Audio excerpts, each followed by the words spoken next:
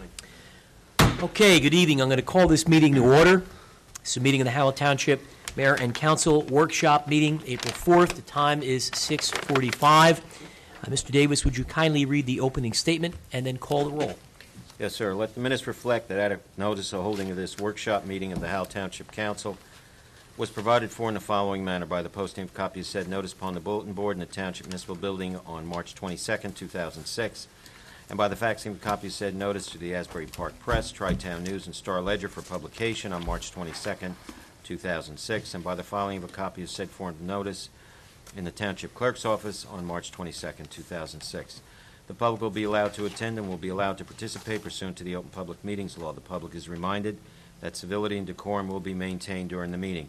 Any contracts awarded at this meeting or between now and the next meeting will be required to comply with the requirements of the public laws of 1975, Chapter 127, NJAC 17:27. In accordance with the Fire Prevention Code, be advised that this facility is designed with 3 emergency exits for your safety. The locations are as follows. Upon exiting the meeting room to the rear, they are to immediate left and immediate right, and at the front of the meeting room to the left of the dais. Furthermore, smoking is not permitted in the municipal building. Please take note that this meeting is being videotaped for future broadcast on Howell Township TV 77. Roll call, please. Mr. Malabay? Here. Mrs. Showmaker? Mrs. Showmaker is out of town on business, so she will not be with us this evening. Mr. Tabasco? He should be here momentarily, I suspect. Mr. Walsh? Present. Mayor DeBelli? Here. Okay, we will do the Pledge of Allegiance and moment of silence when we come back out. Mr. Davis, I understand we have reason to go into executive. That is correct, sir. Would you kindly read the appropriate statement? Whereas Title 10, Chapter 4, Section 13 of the New Jersey Revised Statutes require that the public shall not be excluded from any meetings of a public body unless a resolution authorizing such exclusion is adopted at a public meeting, and whereas the Township Council of the Township of Howell has determined that such a closed meeting is required to discuss certain matters which are exempted from consideration with the public in attendance under New Jersey Revised Statutes 10:4-12, namely contract negotiations, litigation, and acquisition of property.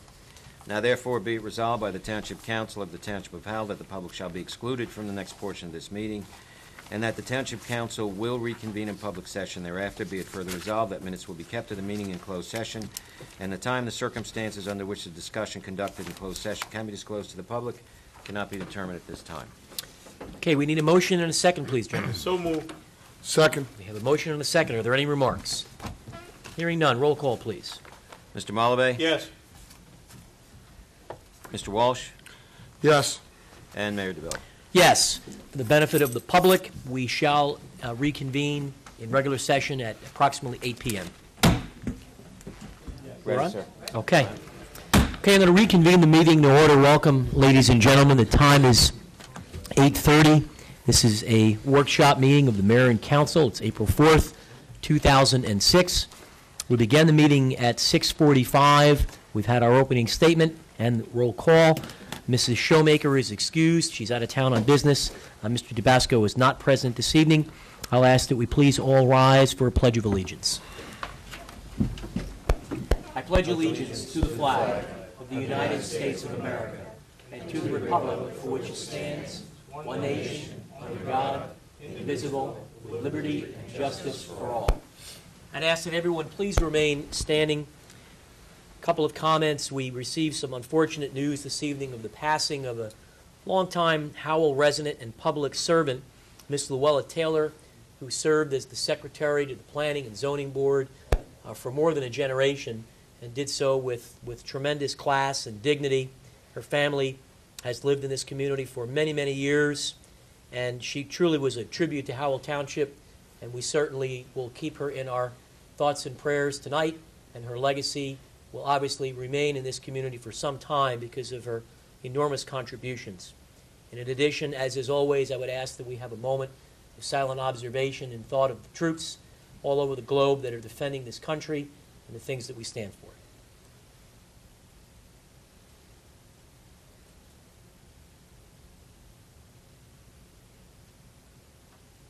Thank you.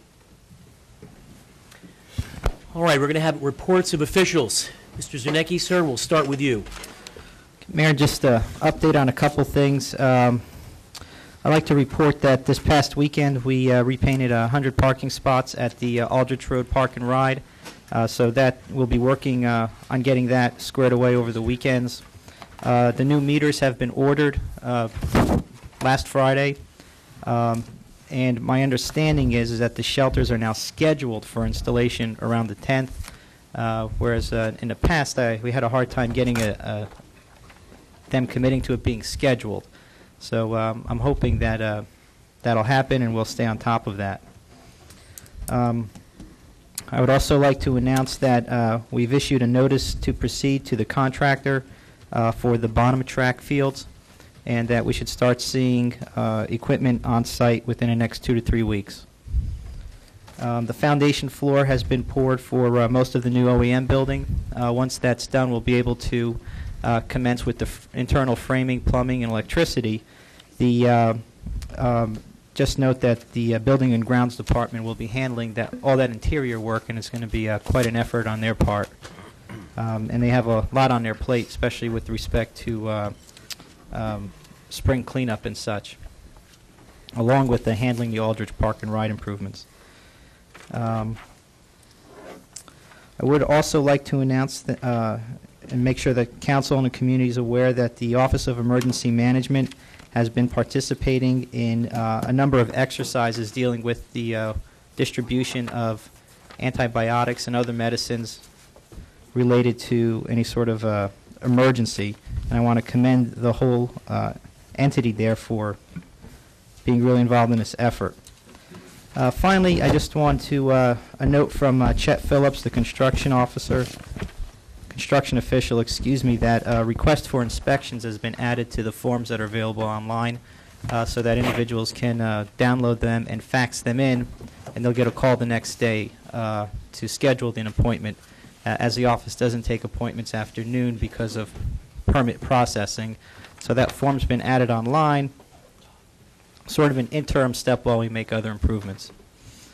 And then there's tonight on our agenda, Mayor, we're taking a slight departure where we're listing ordinances for discussion prior to actual introduction. And I think one of the key topics will be the a revised hotel ordinance, and Mr. Newcomb's here to discuss that. That's terrific. I appreciate that report, particularly the park and ride. If I may, of the new spaces, did the painting include adding the additional handicap spots that I know we've gotten some requests for? I don't know if the ones that they did actually include them, but I know we're planning for them, and the signs have been ordered. Great. There will be 22 handicap spots, which is in addition from what we now have. Terrific. Let the record reflect that Deputy Mayor Tabasco has also arrived. Any questions on Mr. Zernecki's report? Okay. Mr. Malave, we'll start with you, sir, under reports. Thank you, Mayor. Just real briefly here, a couple of comments. First of all, I'd like to congratulate our Recreation Department, our director, Ms. Schlegel, and her staff. They received just recently a Excellence Award from the state, basically for their Teen Adventure program, which basically focuses on socializing skills and life skills with our teens in the township. She's doing this in conjunction with the police department, so I also want to congratulate them for a fine job. And Mrs. Schlegel does an outstanding job in directing our recreation department. It's amazing some of the things that she's accomplished.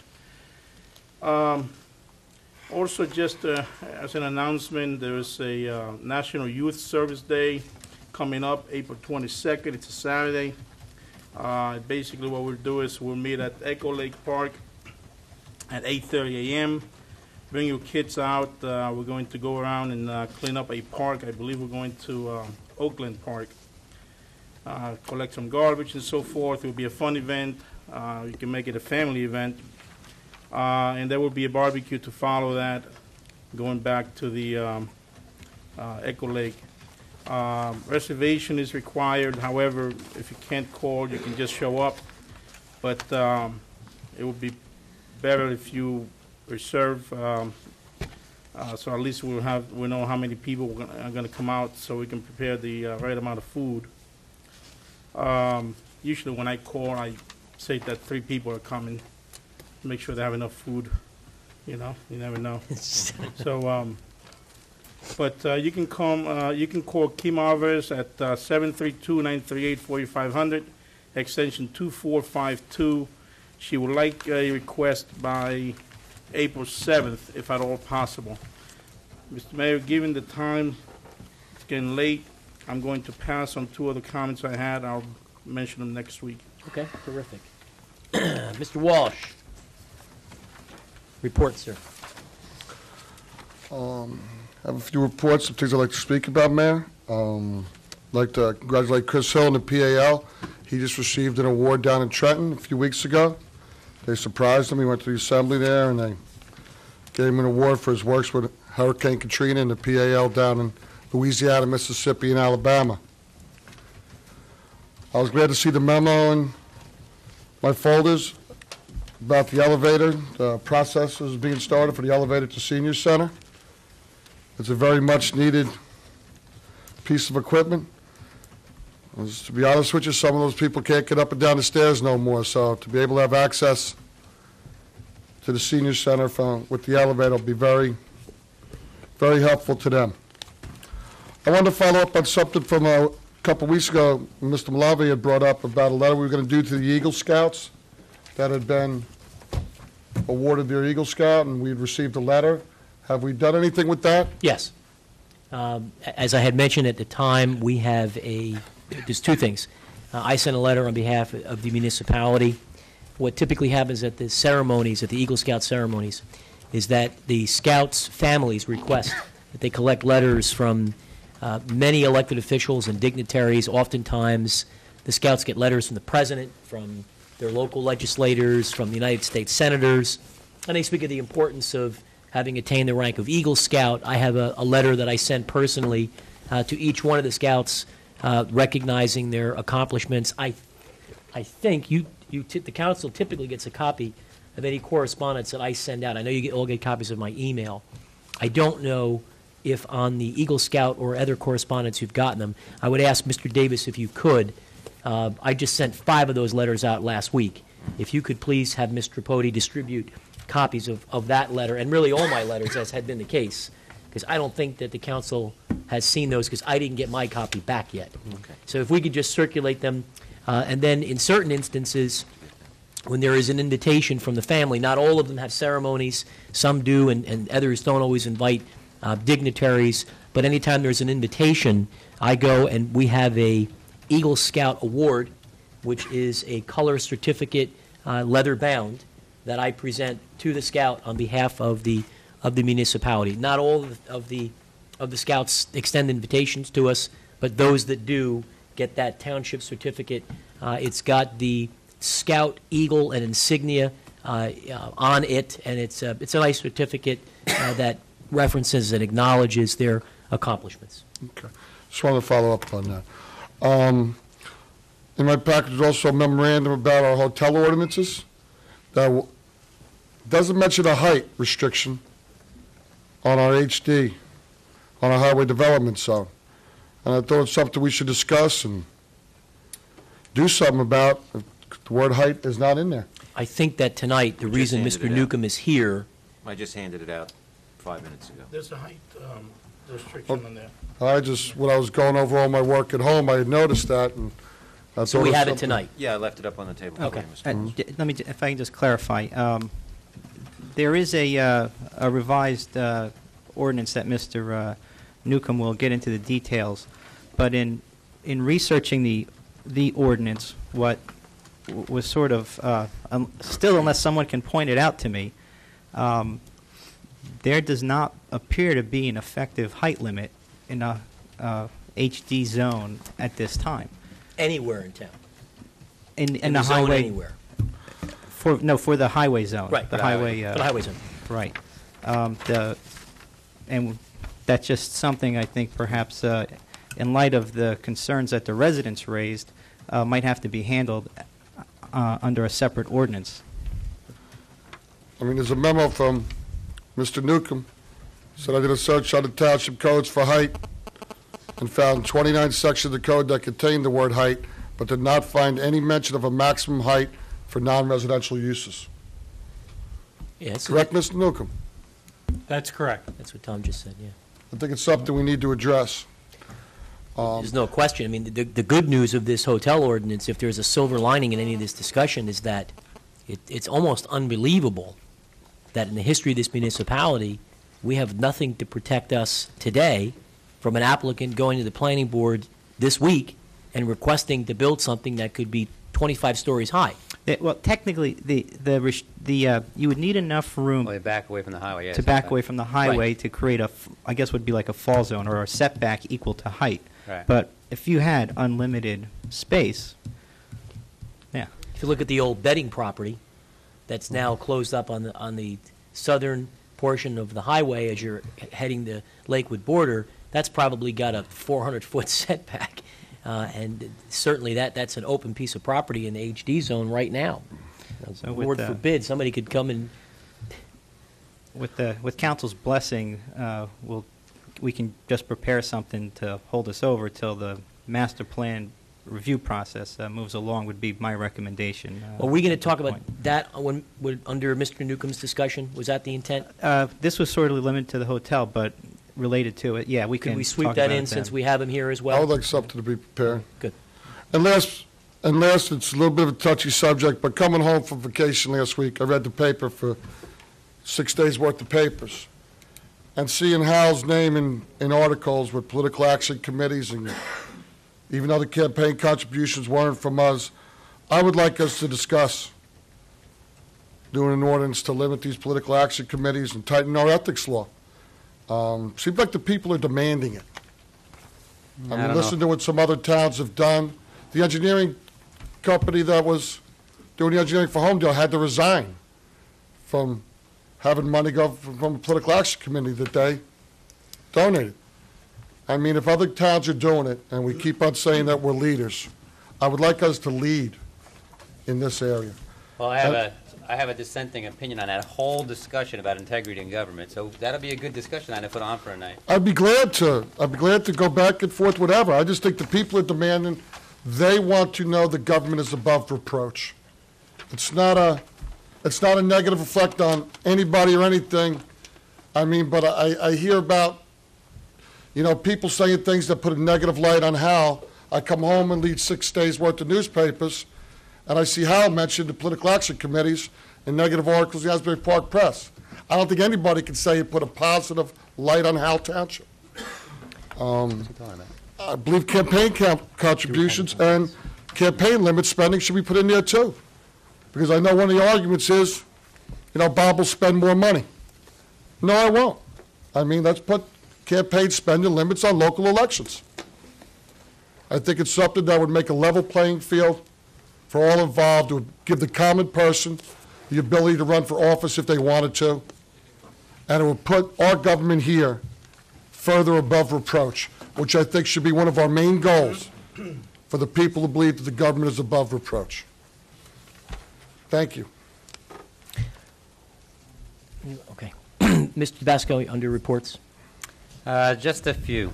On Thursday night, the rec department, Helene and a few others, also the rec advisory committee with Debbie Palmer, Michelle Flaherty, myself, and some others from Howell all got to go to an awards banquet where they received an award for the Mommy and Me program, actually different from the program you were talking about. So another award that our rec department did get from the county. And a few of us actually had a surprise ending where it continued on until Saturday, that party, in celebration. Tom knows what I'm talking about. But we had a good time. We were all pretty rowdy. Helene was pretty embarrassed when I introduced her as the best director in the county. But it was a good time.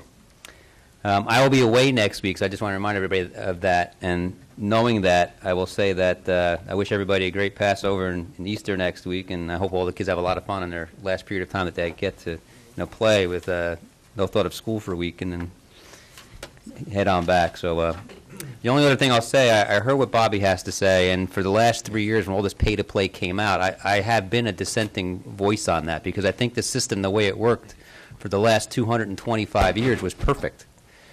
The public should not have to pay for people's campaigns, and the way it was in the past was that anybody could run, because if you were of the ilk where you could get people to support you, the monies would come to you. So even if you were a pauper, you could still run. The integrity in government wasn't necessarily where the money came. It was that there should be an open bidding process. So as long as there was bidding going on, the way the system worked. You could have 5 different people given to different campaigns, and it really didn't matter as long as when they all competed for the business, it was a fair and open competition. And that's all the public needed to know.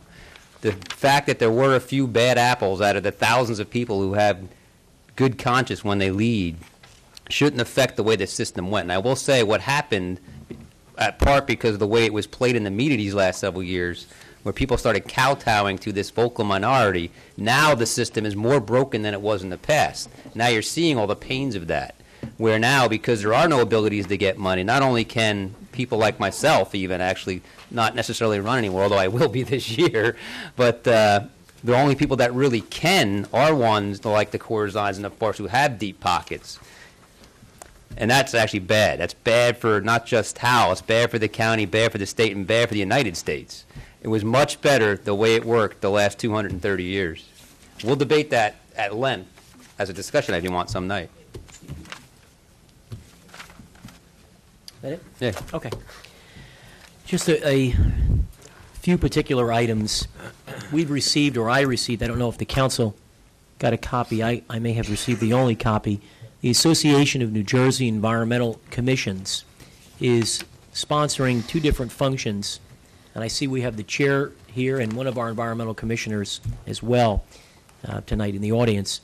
They're sponsoring a function in Morristown and then another in Vineland regarding the transfer of development rights.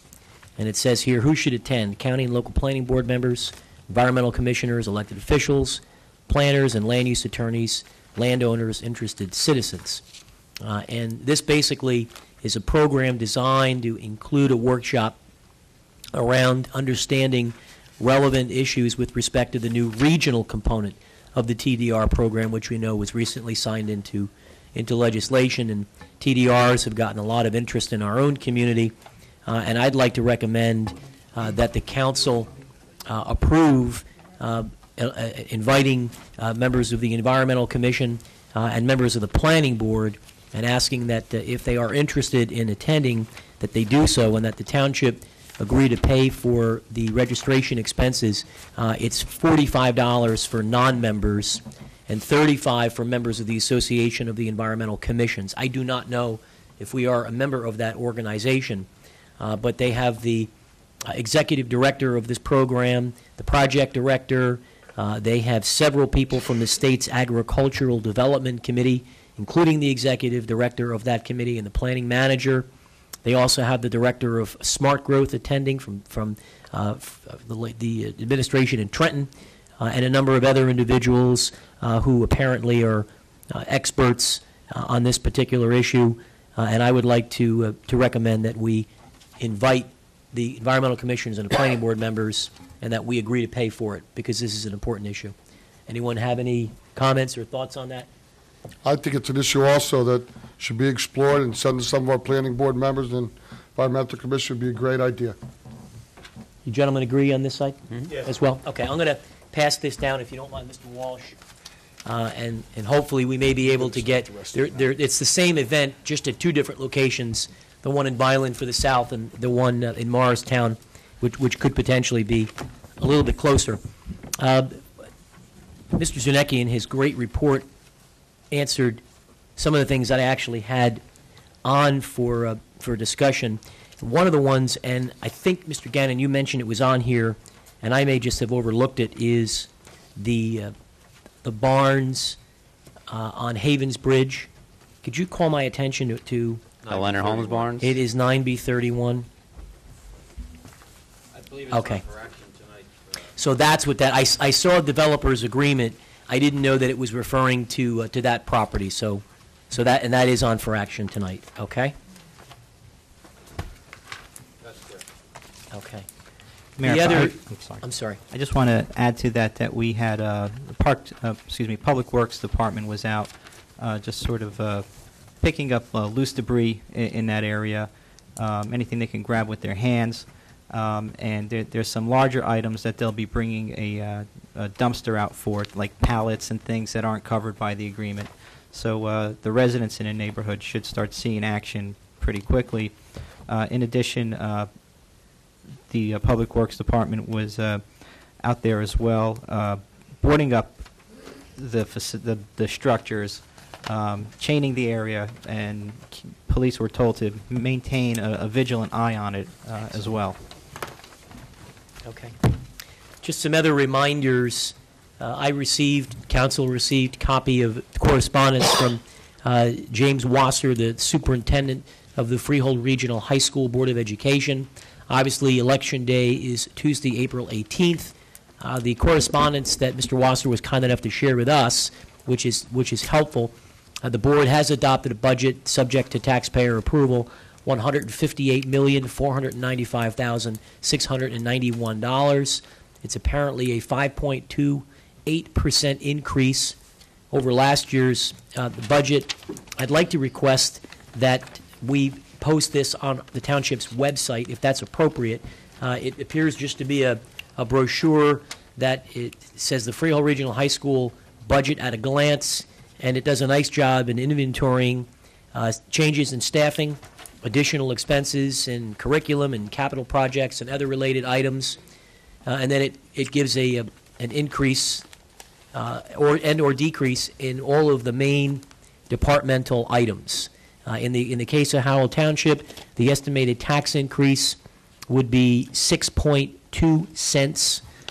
So that's an additional cost of $62 per assessed value of $100,000. So I'd like to ask that we get this posted on the website unless anyone disagrees. Did you all see this? I think we all got copies. Mm-hmm. What's the matter? I have one follow-up comment to that. You waiting for it? Okay. Go ahead, Pete. Just generally, I've had the great pleasure of knocking on doors again recently.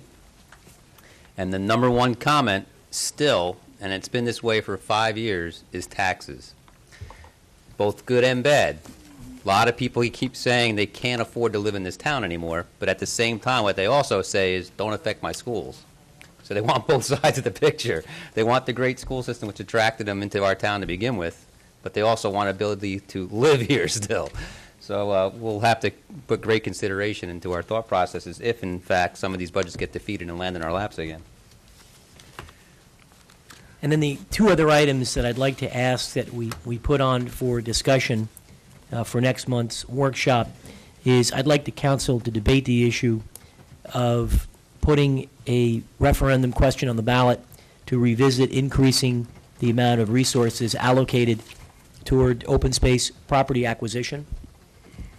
And in addition, having a discussion around a referendum on improving on a more accelerated basis the conditions of our roadways with an increased accelerated program to allocate more resources by referendum to pave and improve the conditions of our roadways. The deputy mayor is right insofar as taxes continue to be the number one issue, but with the more than 100 email a week I get, at least 25% of them are absolutely related to road conditions, be it streets that haven't been paved in 30 years, potholes that can swallow up cars or individuals.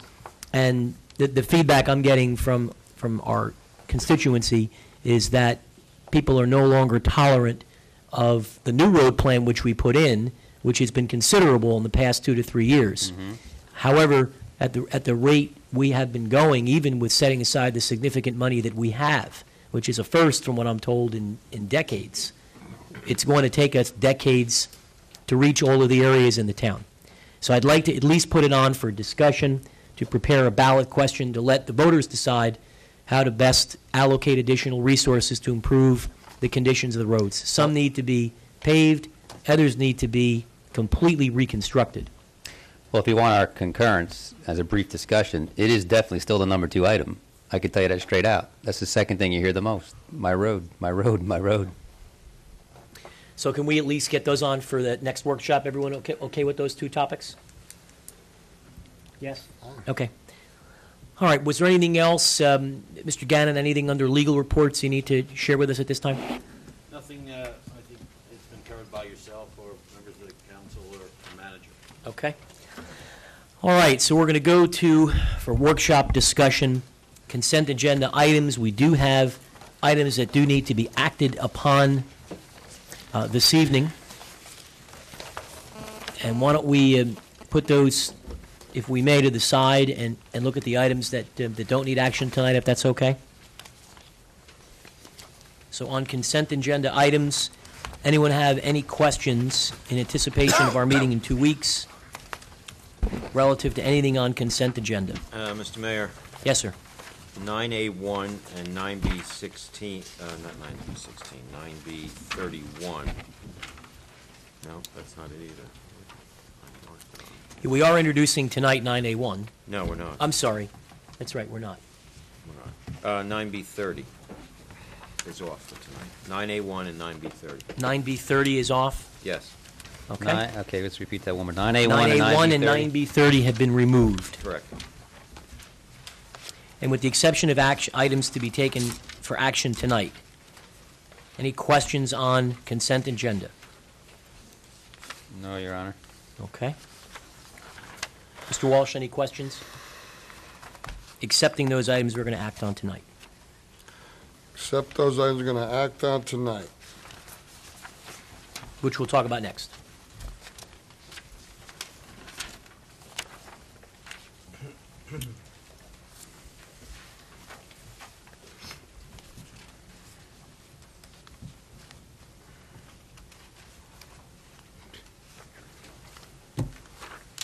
Mr. Malave, while Mr. Walsh is looking, anything you have questions with?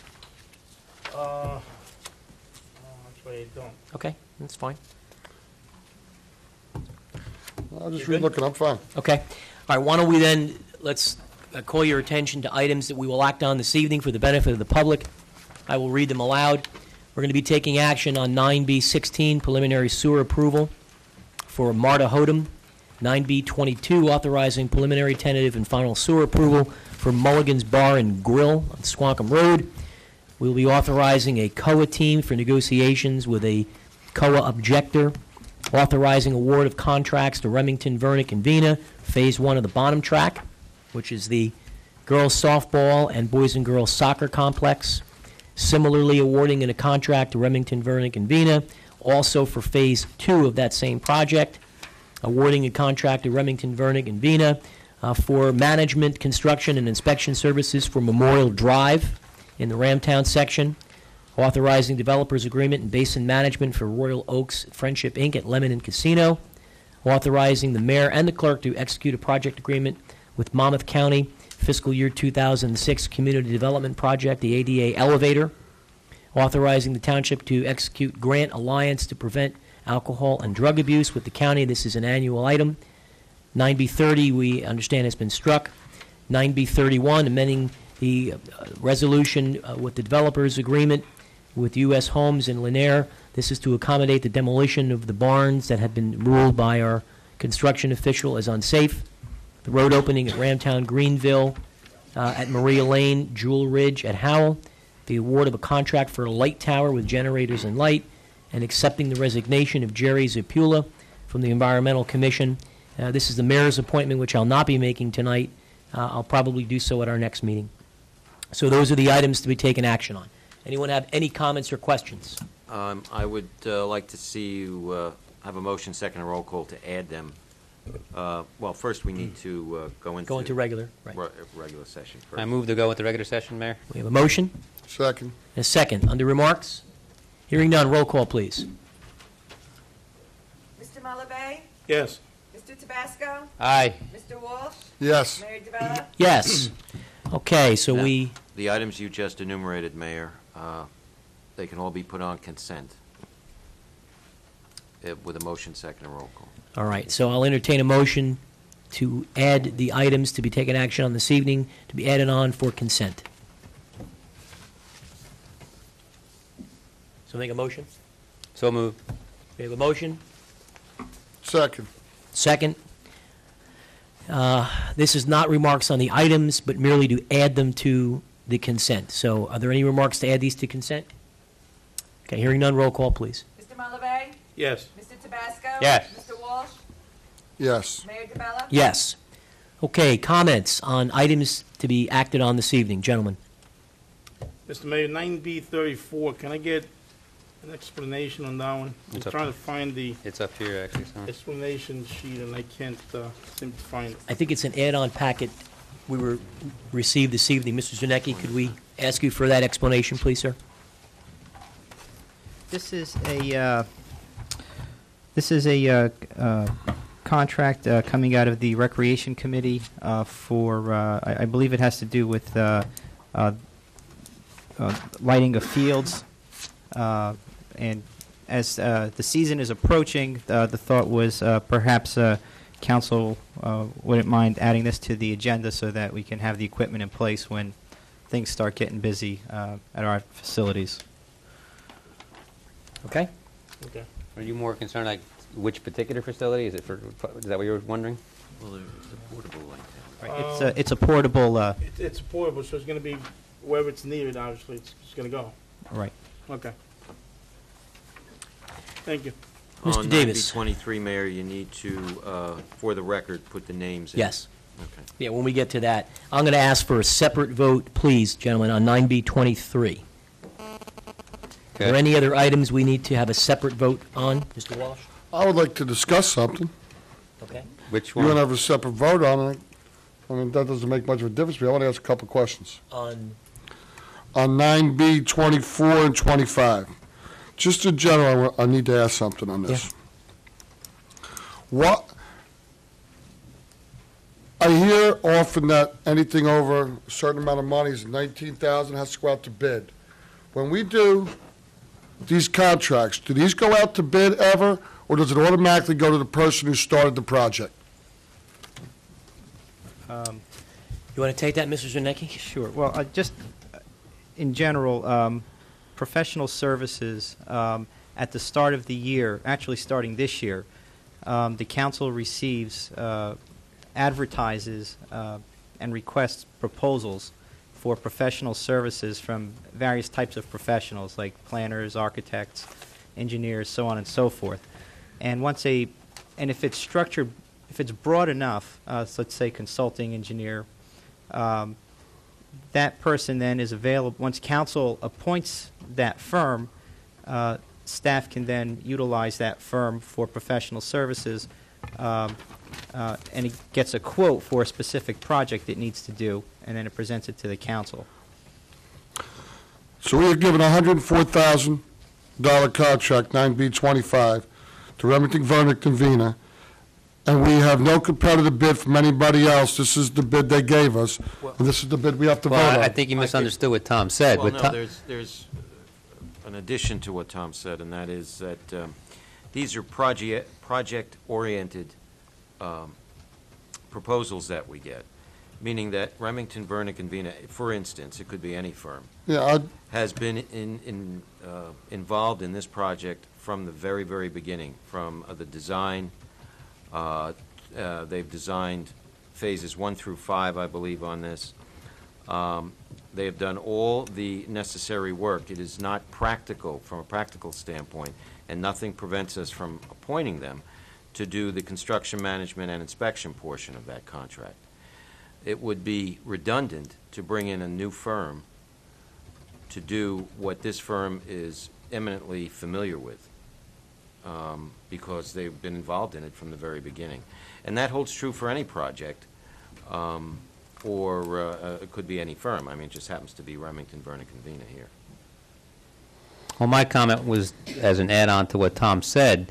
I do recall that this was the first year we actually went through the pains of having a bidding process for people to get their appointments. We had that box with literally 50 or 60 different booklets that companies had put together based on their rates for engineering, their rates for being attorneys, their rates for being a tree expert. We went through all that. So in a sense, we had the bidding first as to what their hourly rates would be, and then we actually picked, not necessarily just based on the rates, but based on what they also put forward as their ability to service the town too. And we as a council decided who we would then hire, and then we left it up to the day-to-day operation of the manager and his discretion as to who we might want to use for a particular project. So I understand what you're saying, that you might want it on an as-going basis, but we kind of did that ahead of the game in November, December timeframe before we appointed all these people back in on January 1. It's not about Remington, Vernon, Covina. It has nothing to do with that. What it has to do with me is, say this is for, I don't know, 500 hours. Say somebody else comes and said we could do the same work in 300 hours. No matter what the hourly rate was, somebody might have come in and said they could do it for 60,000. We're giving somebody 104. So it's really not going out to competitive bid right now. Well, all I'm saying, I hear what you're saying, but I'm saying in November and December, the firms that bid for that all did put their hourly rates in to be the special project consultant, let's say. They put what their hourly rates were going to be at that point. So if there were 5 or 6 that were competing, they competed then for that rate. Right. Now, Mr. Walsh, when the bids were submitted at the beginning of the year, the request for proposals, the hourly rates were listed. I know that. But then, just to clarify the process, then when we have a specific project to do, we ask for a proposal for that specific project. In this case, with respect to the ball fields, we broke it up into numerous phases, and we asked for specific contracts per phase. And then, at the staff level, if we thought they were inappropriate or they should sharpen their pencils, we asked them to do so, and then it came to the council with a recommendation from the staff that this is our recommendation based on who the council chose as a professional, for saying that this contract is now ready in our eyes. I have a difficult time then with this process. And many people, many engineers, many architects have come into projects, somebody got thrown off a job and somebody's taken it over. And it has nothing to do with this one Right. Remington, Vernon, Covina. So what you're telling me is because they gave us a proposal in December at an hourly rate, we're locked in to give them right now 140,000. There's probably another couple 100,000 they're automatically getting in contracts that aren't going out to bid. Nobody else bidding against them. The only proposal you have is one. Again, this goes back to a conversation we had a couple of weeks ago, where this is a representative government, and when people such as engineers or attorney firms represent themselves for the following year, they staff up or not to accommodate the needs that they're going to have, the services they're going to have to provide. So I don't disagree with the way the process works. Again, it's worked well that way. We actually did it professionally this year.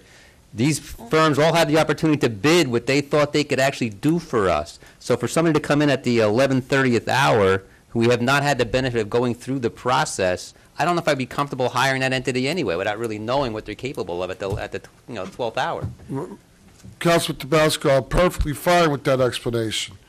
But when I hear that everything goes out to bid, and time again it said everything goes out to bid, they're not bidding against anybody. There's only one person, there's only one group giving us a proposal for this job. No, I'm going to stop you because that's factually incorrect. Let's go back and say this again. We entertained bids from all interested parties who wanted to do engineering work in the Township of Howell. We entertained that on television. We advertised it in the newspaper. We sat here for probably 7 to 10 hours and opened up boxes of material. I was here with you. For all of the firms. And in doing so, we evaluated things like the levels of professional and malpractice insurance that they have. Right. We evaluated the number of staff. We evaluated their professional credentials, levels of expertise, municipalities they worked for. We negotiated their hourly rates in some applications. We sent, at the time, Mr. Davis back on a few of them to further negotiate the fees that they had provided to us.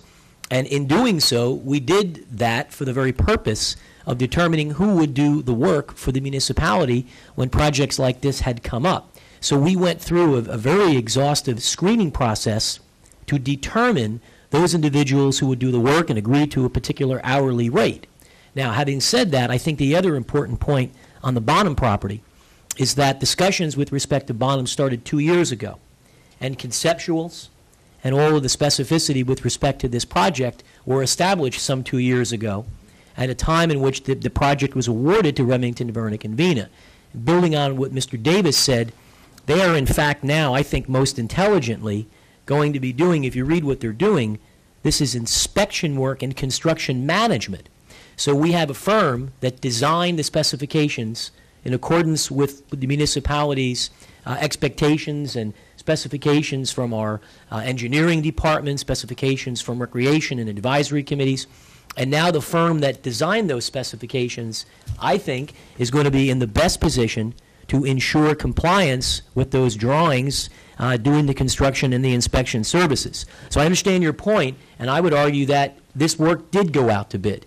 At a particular hourly rate, we awarded services to a firm, and in fact, this is a continuation of a much bigger project that has gone on for some time. My final comment, and I'll just let it go after this, is that, look, we have to be able to do things as it goes. We can't get bogged down all the time. So we kind of we're a policy-setting board here, and we kind of macro-manage things as opposed to micromanaging things. So if we do it, I'll repeat what I said almost 2 minutes ago. If we do it once a year and really do it well, that should be good enough for the next year as representative than who we pick for projects like this.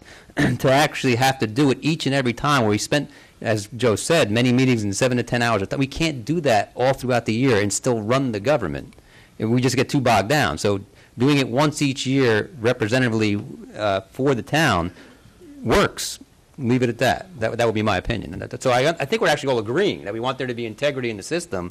I think it's fine the way we set it up at the beginning of, or at the end of last year for this year, to do it once a year very thoroughly and then let it go for the year just so we can get things done. I just have a hard time with the concept of an open bidding process. If somebody came today and said they would charge us $200 an hour and it would take them 300 hours for this proposal, that's $60,000. We're voted on one proposal. If they charge us $160 an hour, they're saying it's going to take 650 hours. It comes out to $104,000. That's all I'm saying.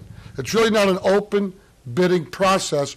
We screen the people at the beginning of the year. We pick who the engineer is who's going to get all the work from the township. For that year. It still will be open bidding again at the end of this year for next year. Here will be my final thoughts on it. We're all in business, in the private sector. I get a proposal from a prospect to provide services. They give me a bid deadline. If I miss the deadline, they don't accept my bid. My bid could be less. I may be able to do a better job. But there was a process. There was a time frame. It was advertised. Interested firms had every opportunity to participate to try and get our business. If they elected not to do that, and now they can represent they can do a better job, well, then we'd love to have them in the following period. The other fallacy I find in your argument is that if we were to build, let's say, a new town hall, for example, at some point, we put it out to bid, are we going to, when someone starts building the building, they put the foundation in, they put up the structure of the building, but then at some point in time, we're going to stop because the person building the building comes to us with their latest proposal, and we're going to say, no, stop. We're going to put it back out to bid again in the middle of the project, because that's what this is. We are in the middle of an ongoing project that we've already received specifications for, design plans for. I mean, I appreciate what you're suggesting. I don't know that it is a fair representation that this has not been bid. This proposal has come from one person, period. Nobody else has had a chance to give a proposal on this awarded contract. Is that correct? No, that's not correct.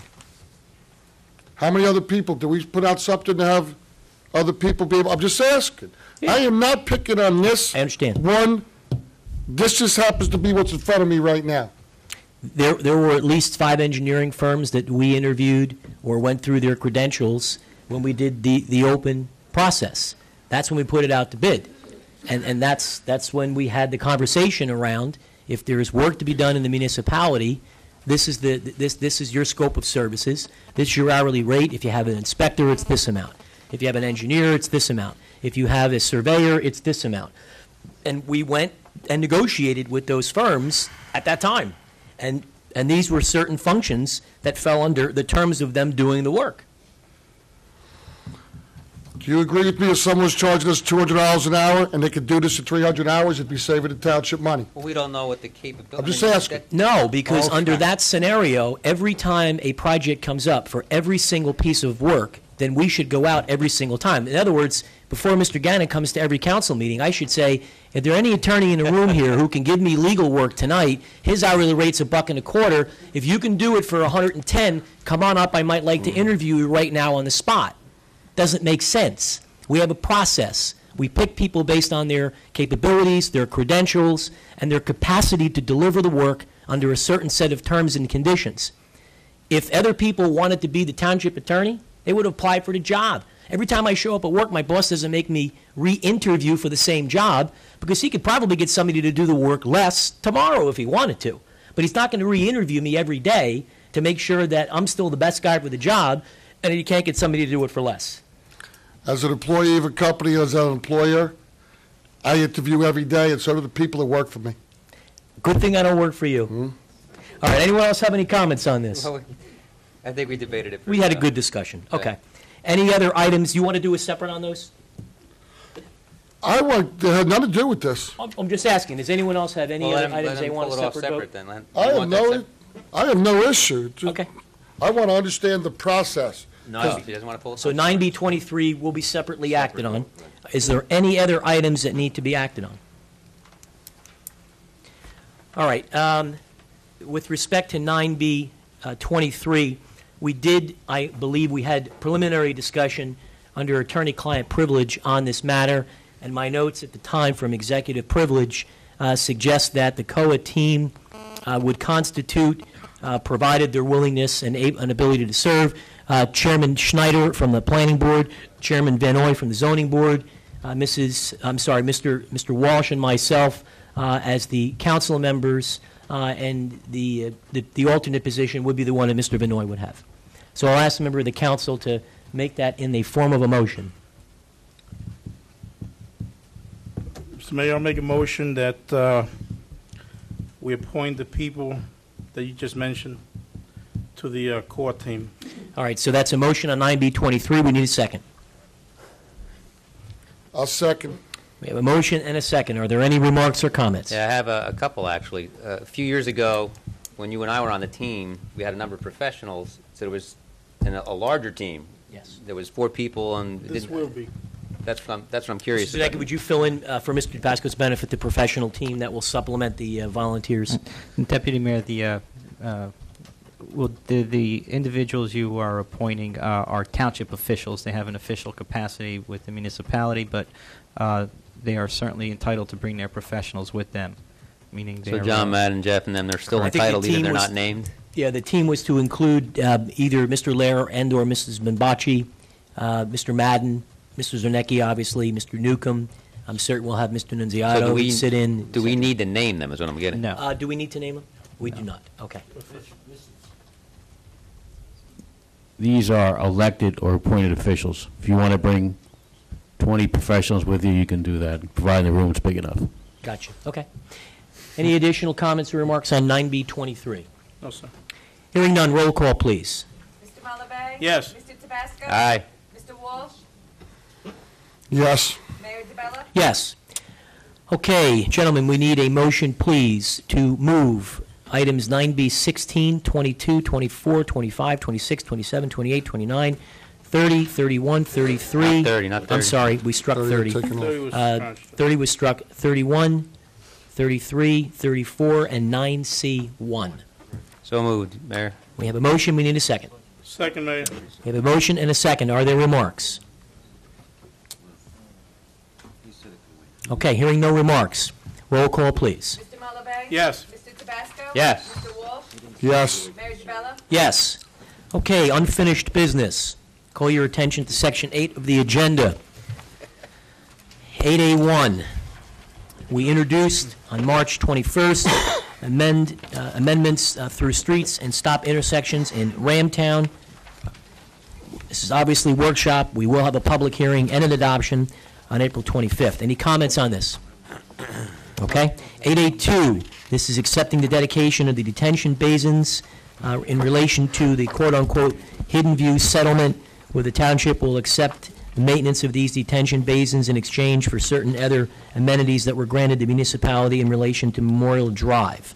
It was introduced on March 21st. There'll be a public hearing and adoption on April 25. Are there any comments? Just had a question, Mr. Mayor, if I may. I don't recall ever picking a name for that particular road, and we keep referring to it as Memorial Drive. Is that the official name of the road? Yeah, I think we did pick that name, actually. I don't recall doing that ever. Well, they have that neighborhood develop 9/11. Not that I have a problem with it. I was just wondering, because I don't recall voting on that, or We can go back to that. maybe I missed that meeting. Wasn't I the don't know. intent to honor the little memorial that the neighborhood built to 9/11? That was my recollection, was that coincidental to the memorial that was there. That, Again, I don't have a problem with Yeah. it. I Okay. think it's a nice thing. Mr. Gannon, under that particular provision, one of the homeowners reminded me, in fact, Chief William Gatto of the Ramtown Fire Company, obviously is a resident nearby. He asked me to just remind all of us that for purposes of correcting issues when title searches and what have you come up, that I believe we need to update our maps or whatever our appropriate paperwork is to illustrate that this would ultimately become the township's property. Is that right? We need to do something like that? Well, part of the process that we've gotten this far is to acquire property in the township's name. In this instance, we're doing it by receiving the dedication of basins, et cetera, that could be utilized for roadway purposes. And most of the other property, we have already have title to it or whatever based on the configuration of the road. But if there's anything that we have to do, we'll do it. But Okay. maybe So it'll happen automatically? Yeah, it may be something where the tax map has to be adjusted. I think that's what Chief Gatto had mentioned. Right, to actually show it on the tax map now. Okay. And it's going to be done as an easement or a right-of-way as opposed to a fee simple, because that might have implicated subdivision, so we didn't want to get involved in that. So Good. basically, it's going to be, the tax map will show right-of-ways. Okay, great. All right, I call the council's attention to Section 10, discussion items, 10.1, DVD duplication ordinance. Mr. Zanecki, I'm going to turn this over to you, sir. Mayor, the MIS department has advised me that they get requests for DVD copies of council meetings and other things that they put on, and currently there is no ordinance governing fees for the time that it takes to burn a DVD located in their catalog. They did some research on surrounding communities and other communities, and it seems to be that the most reoccurring fee is about $25.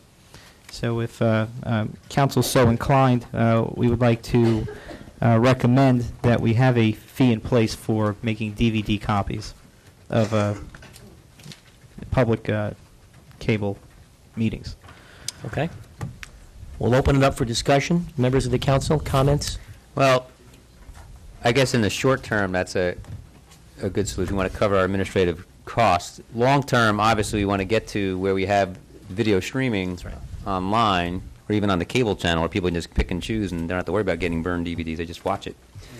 And then that'll save that nightmare. But for now, $25, somebody really wants it, I guess. Well, the only That's thing I okay, see but- in the backup here is, it looks as if, to their credit, Mr. Snorbush and Mr. Brunowski did some research, and it appears as if some other towns do this. They have an email here, it looks like from, my glasses, it looks like from Old Bridge, $25, Metuchen, $25, Franklin, $25. Looks like Director of Cable TV, SPC TV, $25, 15 for That's VHS. Saddlebrook, Mayor. That's Saddlebrook, okay, thank you. And this one here says South Orange. South Orange charges 10 or the actual cost, whichever is greater. When you That consider appears to be the labor, I guess it's fair. Okay. What's the pleasure of the council? We would like to direct the manager to construct an ordinance charging $25 for a copy of a DVD. Well, let's hear from Juan and Mr. Malave? Bobby. I'd be curious to know how many requests we get for DVDs, copies of the meetings. I don't have a number for you, but I can look into that. Okay. Well, Tom, just, I mean, would you say it's, I don't know, 10, 100? I would say more on the side of a couple a week, perhaps at best. And so far, we haven't been charging, obviously. Correct. We have nothing to guide a. How many are made just generally? Like we have this meeting being taped tonight. Will they automatically make like 10 to 15 just because they in the routine are in the routine of doing that? Where they keep. I'm not sure. I don't know. Mr. Walsh, any comments? I think it's a little steep. I mean, we could drop it down to $10. I mean, the cost of the disc is 50 cents to $1, and it takes a few minutes. I don't like the idea every time turn around charging the citizens more. Well, If somebody who's concerned about the government, somebody obviously wants to look at the tape. I mean, we have access to them for nothing. I'm not saying for nothing, but I think we can lower the price. I think $25, you can go in and get a brand new DVD in Walmart for $12. And we're going to charge them $25 for a copy. I happen to agree. It wouldn't be as entertaining as these meetings. Content. Yeah, I was wondering about that, Mr. Content-based Brown. charging. We could sell these at Target in the movie department for $25 or $30. I think that the point That's is an idea. what we did is just found the most reoccurring fee as a starting point for discussion. I Whatever- personally think $10 is a more reasonable number. We don't want to, we're not, at least in my view, we shouldn't be doing this. I don't think it's the motivation to stop people from getting it. Right. It should be to facilitate making it more available and easier, and ultimately, when we have it on video stream on the internet, it free. won't cost anybody anything. They can Yeah, just it's go to free. our website and download it. We're just not at that phase yet. We will be soon. So we'll give, Mr. Zunecki, it sounds like you have direction to prepare an ordinance specifications for workshop purposes to come back with, it looks like $10 is the consensus, and we'll go from there. Okay. Okay, good. 10.2, road improvement statement. Mr. Zunecki, back to you again. Okay, Mayor Will, the engineering department has prepared a list for the 2006 road improvement program.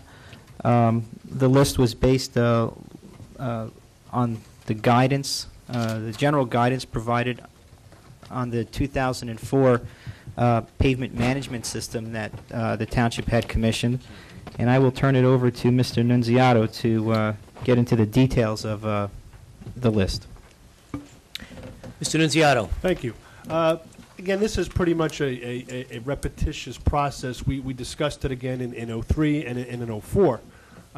There's probably about a dozen distress criteria that the consultant used when they analyzed the roads, anywhere from block cracking, edge cracking, linear cracking, potholes, alligatoring, the surface just getting polished aggregate, that type of thing. And they look at the traffic counts on the roads.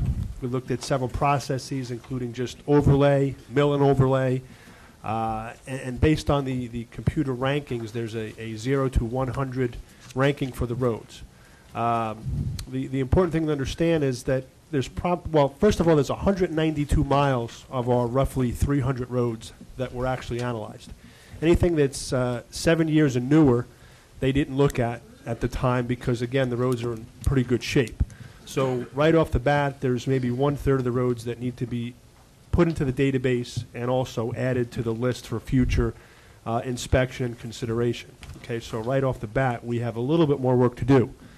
That being said, it was tried to be analyzed on roughly a 20-year program. Let's say you have 300 miles of roads, divide by 20 years is about 15 miles a year. And again, we kind of know that the 2.5 or thereabout $1 million that is now budgeted is going to get about that mark. So to accelerate it, it's going to be a multiple of 10 perhaps. Aren't there economies of scale, though? I mean, when you're, I would imagine, we go out to bid. Let's say, for example, that the council agreed with me, and we put a referendum question, and we said, in a 24-month span, we're going to fix, pave, overlay every road depending on what it needs. We wouldn't continue to pay sort of the bust-out retail rate. I have to imagine at some point there are some economies in the raw materials and things of that nature, right? Well, the tonnage in blacktop certainly is the primary cost. Depending on the road itself, if it's got curb, it may need to have the milling, so the driveways now match. That's an expensive process. Depending on how deteriorated the road is, if you have to have base repair and actually reconstruction, that's also expensive too. But you're correct. If you're not broadcasting it out over 5, 10, 15, 20 years, yes, you're paying Okay. the now price and not the future price. The important thing to really look at in this analysis is that we have looked at all of the roads, okay? And the process that's used here is done by a computer, okay? It doesn't know where you live or where I live or where Councilman Malave lives, and whether there's 5 cars on the road, 50, 500, 5,000. So it goes by the most efficient process. And that's important to understand because I have a lot of people say, well, gee, my road hasn't been done in 20 years. And in some cases, there may be roads that are done every 5 just due to the magnitude and volume of truck traffic and et cetera. All right, on the photocopy that I have, some of the bars that are in bold, I can't read what those streets are. So could you tell me what's the one that's on top of Arnold Boulevard? That's Hilltop Road. Hilltop Road. Would you like me to just read the whole list, Would you Mayor? mind, Just so Mr. the Deacon, that'd be public great. can hear it as well. Please. Now, these aren't the entire roads. They're the most damaged section of the roads that are in need of repair. Hilltop Road, Arnold Boulevard, Brook Road, Crow Hill Road, Easy Street, West Farms Road, Fort Plains Road, Lanes Pond Road, Lanes Mill Road, Locust Avenue, Miller Road, portion of Old Tavern Road, Redwood Road, Salem Hill Road, Southard Avenue, Strickland Avenue, Yellowbrook Road. Now, if I may, as it relates to Easy Street, and I know there's no easy answer, no pun intended, but the portion of Easy, is this the area where we would simultaneously also address the drainage problem? I guess the way the road has been pitched and everything? Actually, the design of the drainage problem does not even approach Easy Street, so it does not. Oh, boy. And I have to apologize. I did make 10 copies of the map that actually depicts the segments of the roads in question here, and I will get them at the break. So if we could just talk for a second, knowing Easy Street is on here, if I was a resident on Easy Street, my biggest concern is when I'm coming down, heading toward this part of the community, down Newton's Corner, as I go to make that right-hand turn on Easy, it's a pretty dangerous spot. When do we hit that piece? Where it intersects with Newton's Corner.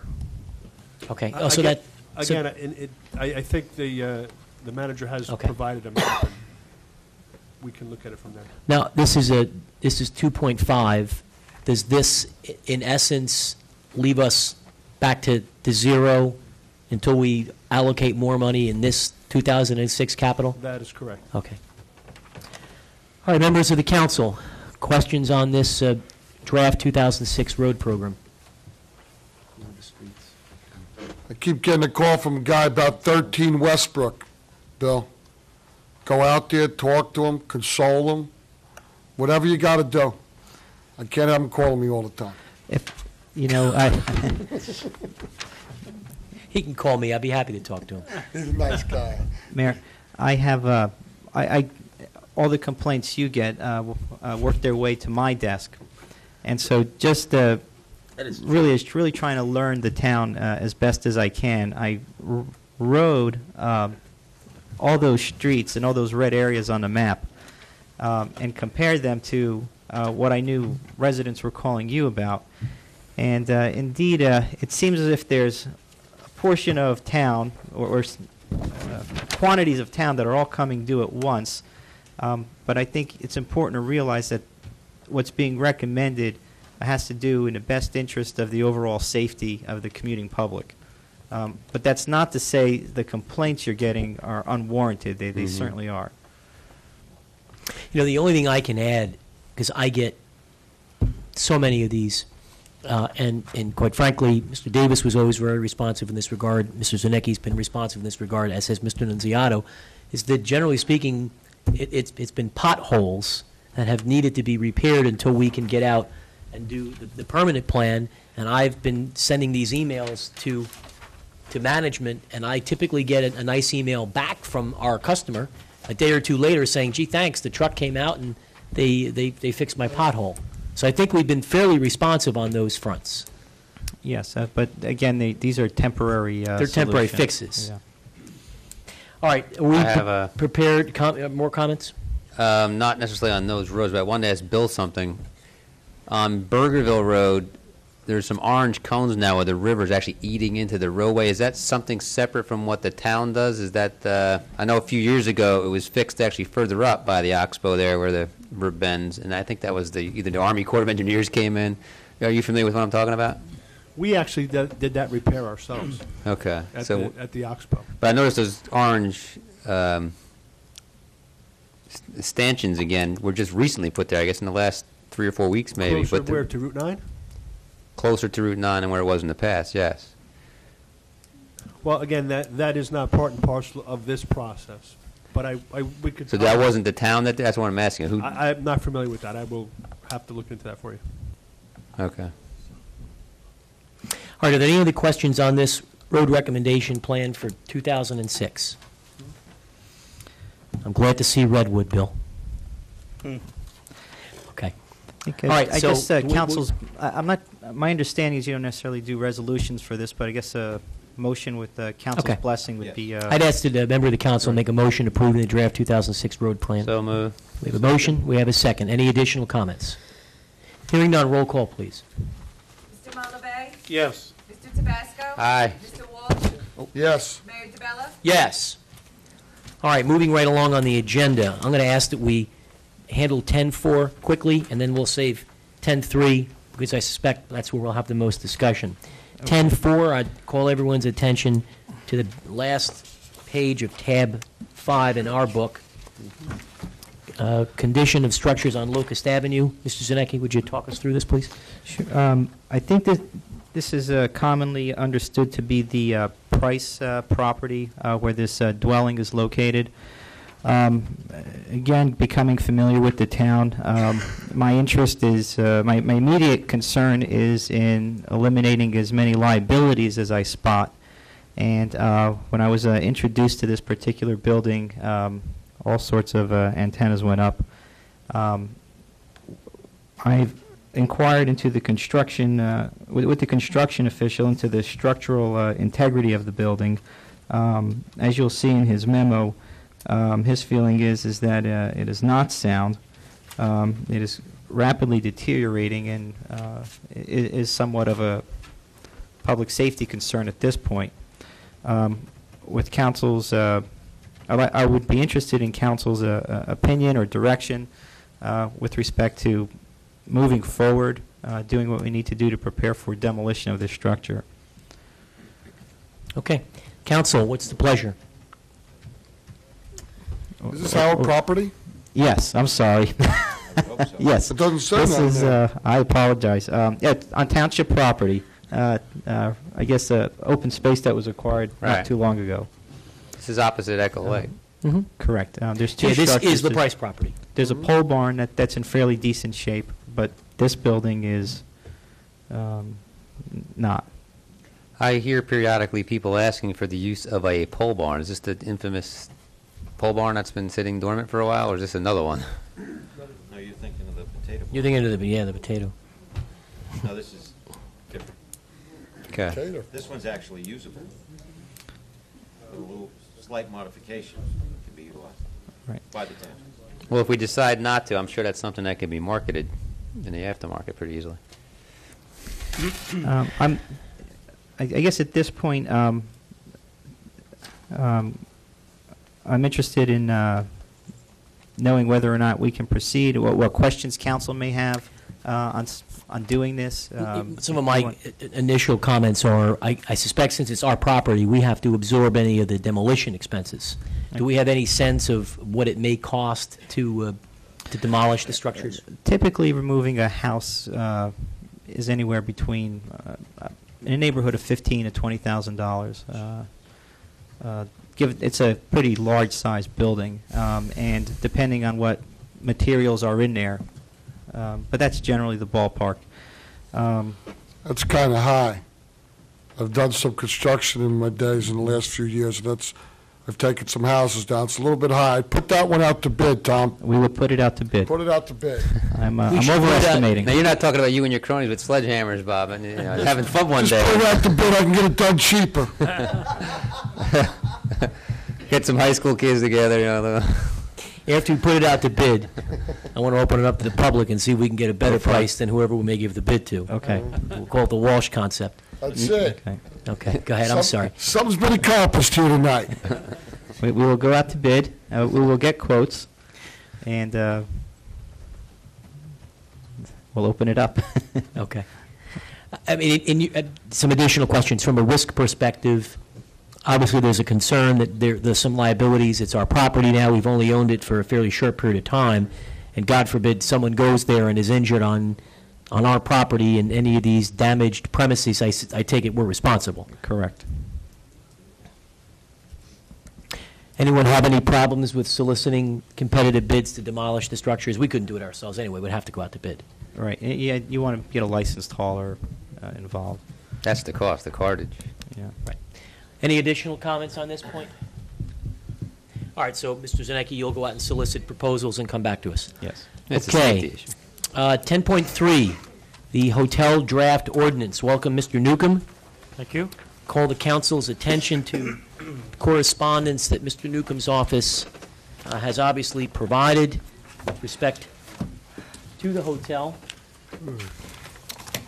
In particular, we do have a memorandum dated today from Mr. Zernecki. Which is the same. Which is the same as we had Yeah, gotten. what I had done, I provided you just a copy of strikeouts and underlines, and so that you could see, in essence, where the changes took place, have taken place specifically. And if you don't mind, I'll take the opportunity to walk you through it. Yeah, go ahead. Why don't we do that? We'll start right at the top. Okay. This is what, 188 Hotel and/or Conference Center? Right. Okay. Okay, as you recall, back on the 21st of March, the board, you held a, council and mayor, you held a public hearing on this proposal, ordinance proposal, and you decided after hearing from the public to table it. You directed myself and the township manager to work into the proposal the comments that we've heard. The first item is a change in the definition of hotel. What we've tried to do is basically to clarify more specifically the actual activity within the hotel in terms of sleeping accommodations. We've incorporated some of the comments I think the public raised. For example, I'll bring your attention down to the fourth line where it says, in which ingress and egress to and from all rooms will be made through inner office or lobby, supervised by a person in charge at all hours. The next sentence basically addresses, again, some public's comments about the overnight stay being continuous and only being limited not to exceed 14 days. Actually, the recommendation we had was 30, but in discussions with the manager, we've limited it to 14. And then also, this was a public comment that the length of stay in terms of the will be greater than 24 hours. Again, that was a comment that we heard from the public.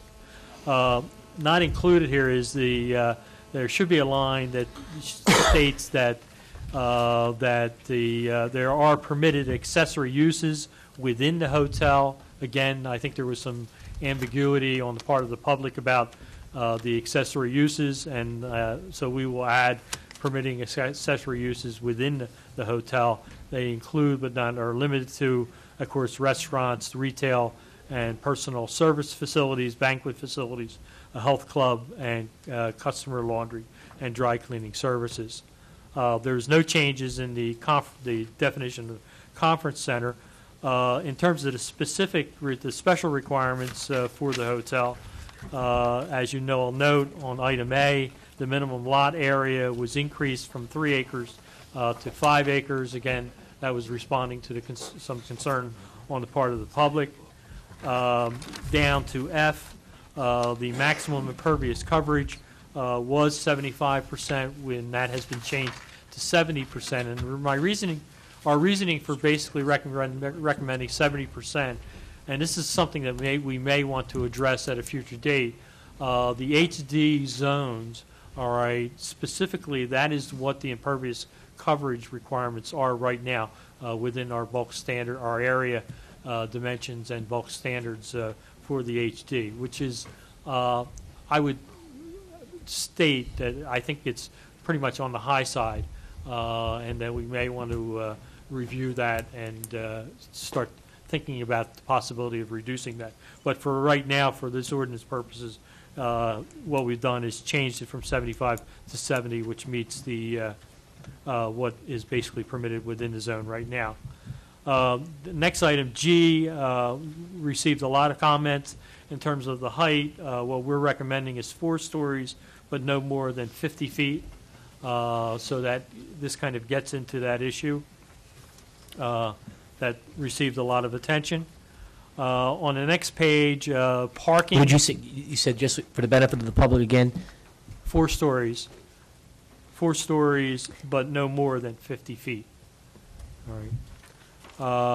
The next item that we responded to was the item I, which is parking spaces.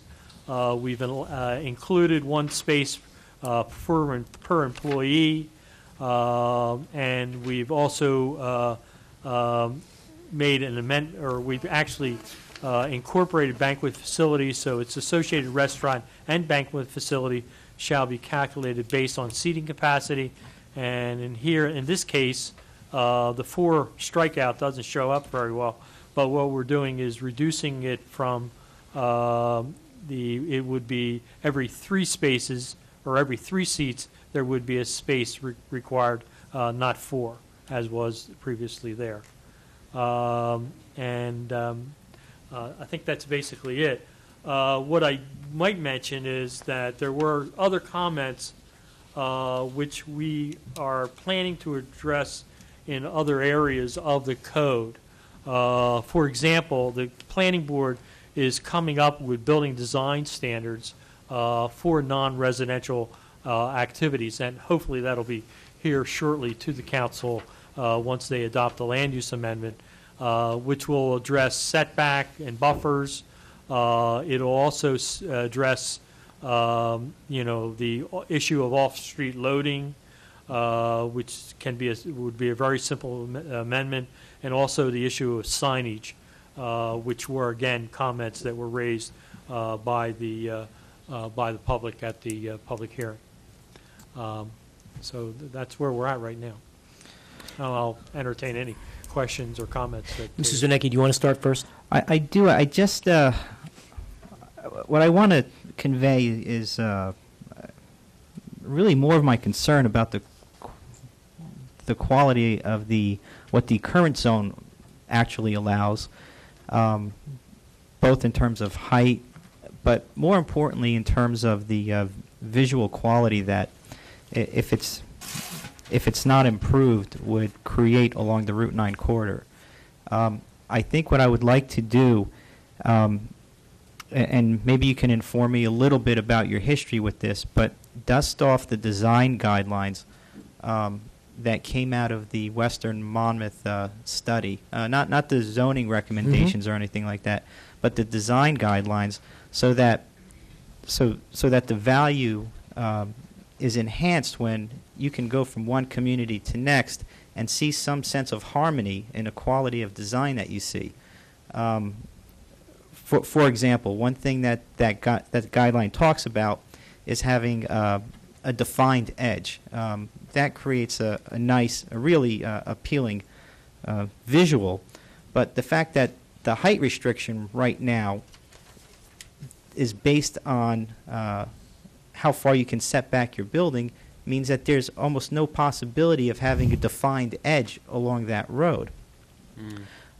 So unless we really take some of the design issues that were raised and make them applicable not only to the hotel but to the entire corridor, my sense is that you're just going to get more of the type of sprawl that we hear such negative things about, that the residents commented on.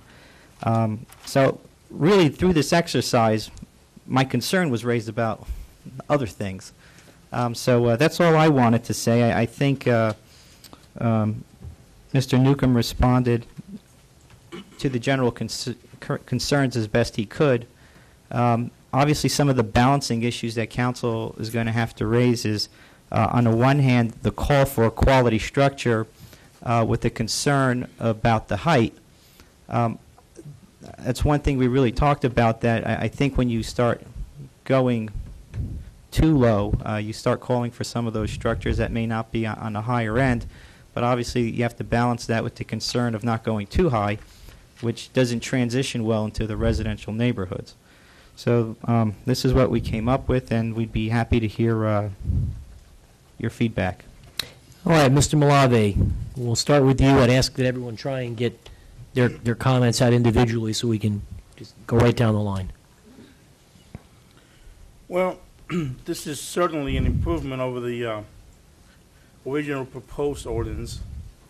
I still have some concerns about the amount of storage. I mean, the 4-story limit concerns me a little bit, but only because now does this specifies that the height shall be from the ground level up? Yeah. In other words, could they put an underground story and not count it as 50 feet height in height? Yeah, I would suspect you could. The issue here in this township, opposed to other townships where I work, is groundwater, is the depth of groundwater. I mean, the township, that is an issue which is pretty pervasive township-wide, and so I really don't think you'll get a situation where, or many situations where that'll be entertained. So, But it could happen. could happen, you know, but that's, again, you know, why we're incorporating the 50 feet. You know, in other words, that's, you know, the number of stories and the height itself, which is to the mid of peak of a roof, is the way that you measure it, you know, limits also, you know, the overall visual height of the structure. Now, could this ordinance include? I mean, usually a substructure, sub will be usually parking. I mean, that's usually what, you know, facilities try to Underground accomplish. parking instead of Right, another right, hotel another or- occupancy floor, or, right. or a banquet hall or something like Right. that. So in reality, they could put underground parking and not be counted as in the total height. No, you're correct. Correct. But even though, my experience is, even with underground parking, you wind up with a situation because of carbon monoxide buildups and things of that nature, where in essence you have to, some of that will basically that'll rise above the you know, the ground level, you know, the actual ground level. And the buffer around the, I see here that although it says minimum lots 250 feet, the width and the frontage and so forth, can you, Mr. Newcomb, tell me what the proposed buffer is from Okay, the residential or buffer, from? okay, in terms of non-residential, you know, site plans, when a site plan comes into the planning board, all right, or a subdivision, there's a requirement for a perimeter buffer. all right, so that, already in terms of a buffer, there is a requirement of a 50-foot buffer between, residential uses and non-residential uses. So in this case, that is already within our existing ordinance. The recommendation was to increase it at 100 to 100 feet. Now, we have, in our work, the planning board's work on age restricted, we have incorporated a 100-foot buffer, all right, for the age restricted project and residential property. So in other words, that there is, so that is already, in place within the ordinance package that'll be coming forward. We simply could modify that. I think we're going to talk about that at the planning board level, where we may incorporate hotels.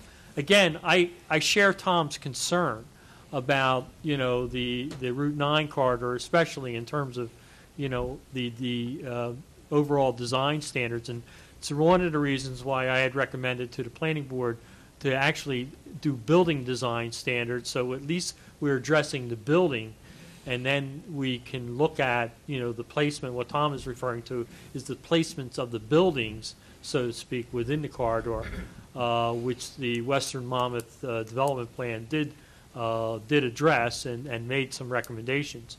So, the buffer issue is something that's already in our code, all right, and I think that we can simply modify it, for hotels as we are doing for the age-restricted projects. Me personally, I'd like to see that happen. Okay. I mean, it's early in the process still, so, I mean, I'm sure we're going to have more discussion about this. Yeah. And I just also want to bring the board's attention. These are the conditions, all right? In other words, if you don't meet any one of these conditions, all right, you're at the zoning board. Zoning board for variances. Right. And that's the no zoning And it's also a use variance. It's a D3 variance, which requires 2/3 majority of the board approval. Right, just to be clear, I just want to, sometimes that concept goes over. When you make something a use, a conditional use, that means any deviation from those standards gets treated as a use variance, as opposed to a bulk variance, meaning if you want to deviate from the height, you don't simply request for a height variance. The whole thing is treated as a use variance, which has a higher standard. Okay. Good. I just want to make sure that the public understands that, because I know there's been a lot of discussion about this, and I missed the last meeting. I fortunately had to leave because I wasn't feeling well, but I did have an opportunity to watch some of the comments from the public on television. And I share some of their concerns, and I understand exactly where they're coming from. But they seem to think some of the tone of the comments, to me anyways, and again, just looking at a TV screen, was that they seem to think that we're trying to push something onto them that it's not in the best interest of the township. And that's not the case at all, as far as I'm concerned. This is a work in progress, and we do need to hear their comments, just like we did couple weeks ago or last week, whenever it was, so that we can make a document that's acceptable to most of the people. No, not everybody's going to always be content with no matter what we do. But if we do nothing, some people will be upset. If we do something, some people will be upset. So, but I just want to make sure that people understand that whatever final document we come up with and ordinance is going to be in the best interest of the entire community at large, and not just selected few. Mr. Mayor, that's all I have for right now. Deputy Mayor Tabasco, comments? Well, again, we're just discussing this tonight, and there will be a lot of testimony on the night we actually have a hearing, so I'm not going to go at length on this tonight, but I'll go back to what we started talking about last meeting, which was that we were trying to come up with a universal ordinance.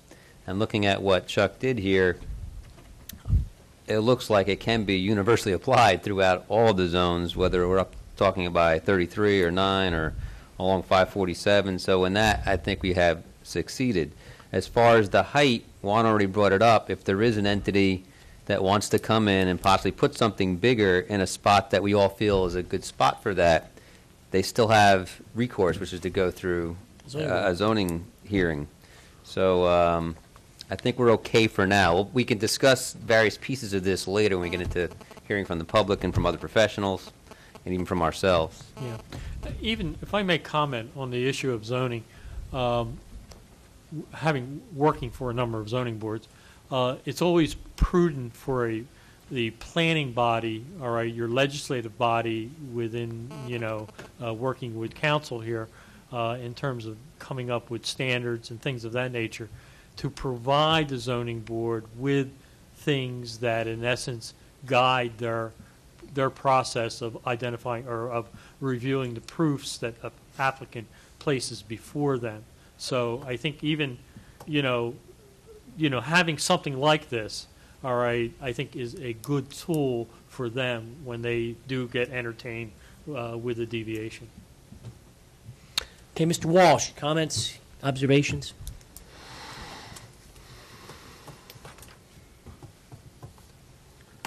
The minimum lot width of 250 feet. That seems very narrow. I mean, to put a house, we have to have 200 feet, correct? Frontages are 200 feet in the ARE zone. 250 feet for a 150-room hotel could be? It seems awful narrow to me. Well, again, we're talking about a minimum, so it could be larger. I mean, we're going to have... It could be 250 feet, though. No, it could be. I mean... Well, the other constraints would restrict that from being what you're talking about. Peter, me and you could debate this one all night if you want, or I could ask Chuck a couple questions. It has 70% maximum impervious surface. Go ahead, ask your questions, Mr. Go ahead. Walsh. I think 250 feet is way too narrow. Okay?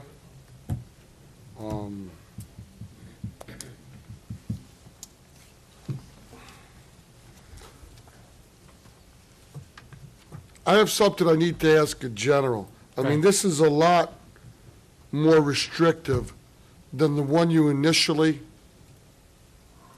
gave to us. Why such a big difference in what you initially gave to us than what you're showing us now? Well, I think we're in essence we tried to respond to some of the concerns that were raised by the public. I mean, the change in the definition, we talked about how we could incorporate, some of the issues in terms of the length of stay, things of that nature. So we found another municipality which had a definition similar to this, and we modified it to basically to meet our needs. The increase in acreage, again, we heard a lot of concerns about that, and we heard a lot of concerns about the height. So, that's in essence probably the three items where we have major changes on.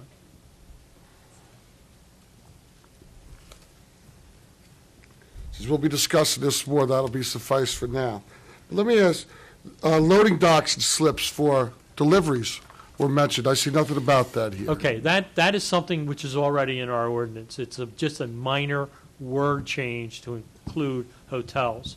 We right now have a listing in our ordinance in 188-106, which lays out warehouses, it lays out retail office space, stuff like that. All we have to do is put a hotel in, and it'll basically meet the, it'll trigger itself in terms of based on square footage, how many loading docks are needed, loading berths. Okay. So it's something we already have, so it's just a matter of a small fix within the existing code.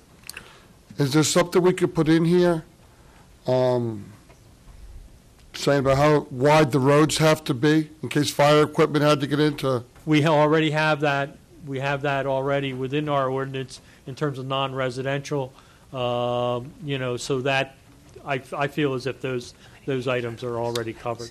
And also the building design standards that the planning board has been working on, they'll be recommending to council, will actually improve upon those design issues in terms of planning islands, things of that nature, which are presently not in our code. Okay. I notice you have retail shops here and restaurants. Right. Are they all going to have separate entrances or through the main building? Well, I'm saying that they're permitted accessory uses within the hotel. All right? That's not there on your document. It's something that when Tom and I changed the definition, there was permitting accessory uses was in the old definition, and we need to basically include that in the draft that we, if the board introduces, I think we definitely have to include a catch-all sentence which says that those uses would be within the hotel. Because I'm reading here banquet facilities, restaurants, conference facilities, health facilities, swimming pools, and retail shops in connection with the hotel. Right. They would be accessory to the hotel. And again, we heard comments that they should be within the hotel. For example, we heard the comment that, for example, on the retail shops, that we're looking at this in a the hotel as a comprehensive unit. So we're saying that these accessory facilities, they may have an outside entrance. All right. For example, the restaurant may have an outside entrance, but you can also access the restaurant from within the hotel. So it'll be associated together. So we're dealing with a building rather than a building and a lot of other things in terms of, which the public made reference to at the last session. Thank you for your time and answers. Any other questions, Mr. Walsh? I had one, Mr. Newcomb, with respect to the size of parking spaces.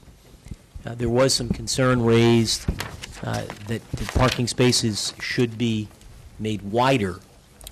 And it was my understanding with some of the new stormwater management regulations that municipalities are being encouraged to make smaller spots actually smaller. Right. And so I'm interested in your response relative to recommendations to make the spots bigger when our new stormwater and environmental regulations want us to do the exact opposite to protect our water supplies and et cetera. So how do we deal with that? I'm an advocate of smaller spaces. I mean, if there's an opportunity to basically reduce the amount of impervious coverage, I'm going to basically go to that side of the issue. I just think the 9 by 18 is adequate. I think at $2.50 a gallon, I think you're going to see a lot more people looking for other types of vehicles to purchase. So I think from a sustainability standpoint, I think 9 by 18 is within the ordinance, and I think is just adequate. Does the stormwater management regulation give a specific recommendation around? Well, RSIS does. And what is that? And that's 9 by 18. So our space conforms with the RSIS recommendations. Right. So an applicant could come in, and if you basically required a bigger space, he could throw up RSIS at you. All right, are there any additional comments on this?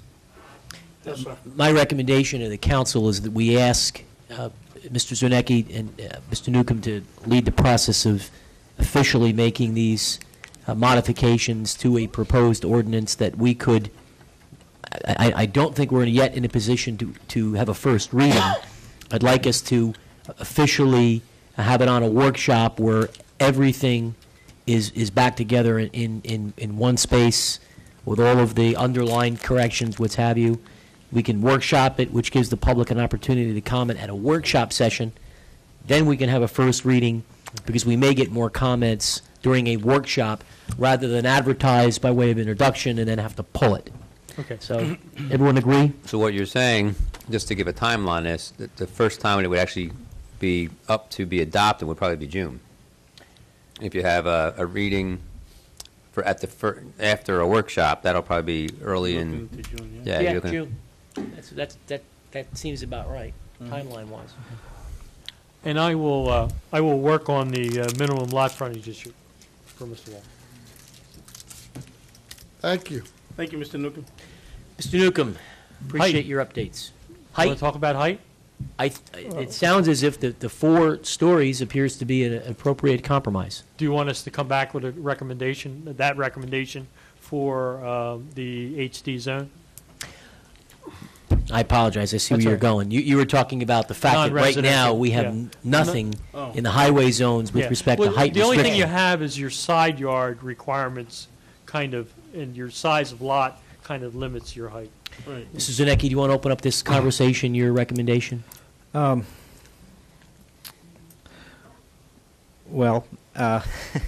I typically, well, let's just start with this. I think that what the residents were complaining about, and I'm responding as a planner, I think what the residents were complaining about, aside from the height obstruction, when I went out into the Crest neighborhood, the Crest Street neighborhood, and spoke to some of the residents, basically it's the sprawl that exists on a highway, the amount of traffic, the sprawling buildings that don't relate to the neighborhoods in any way.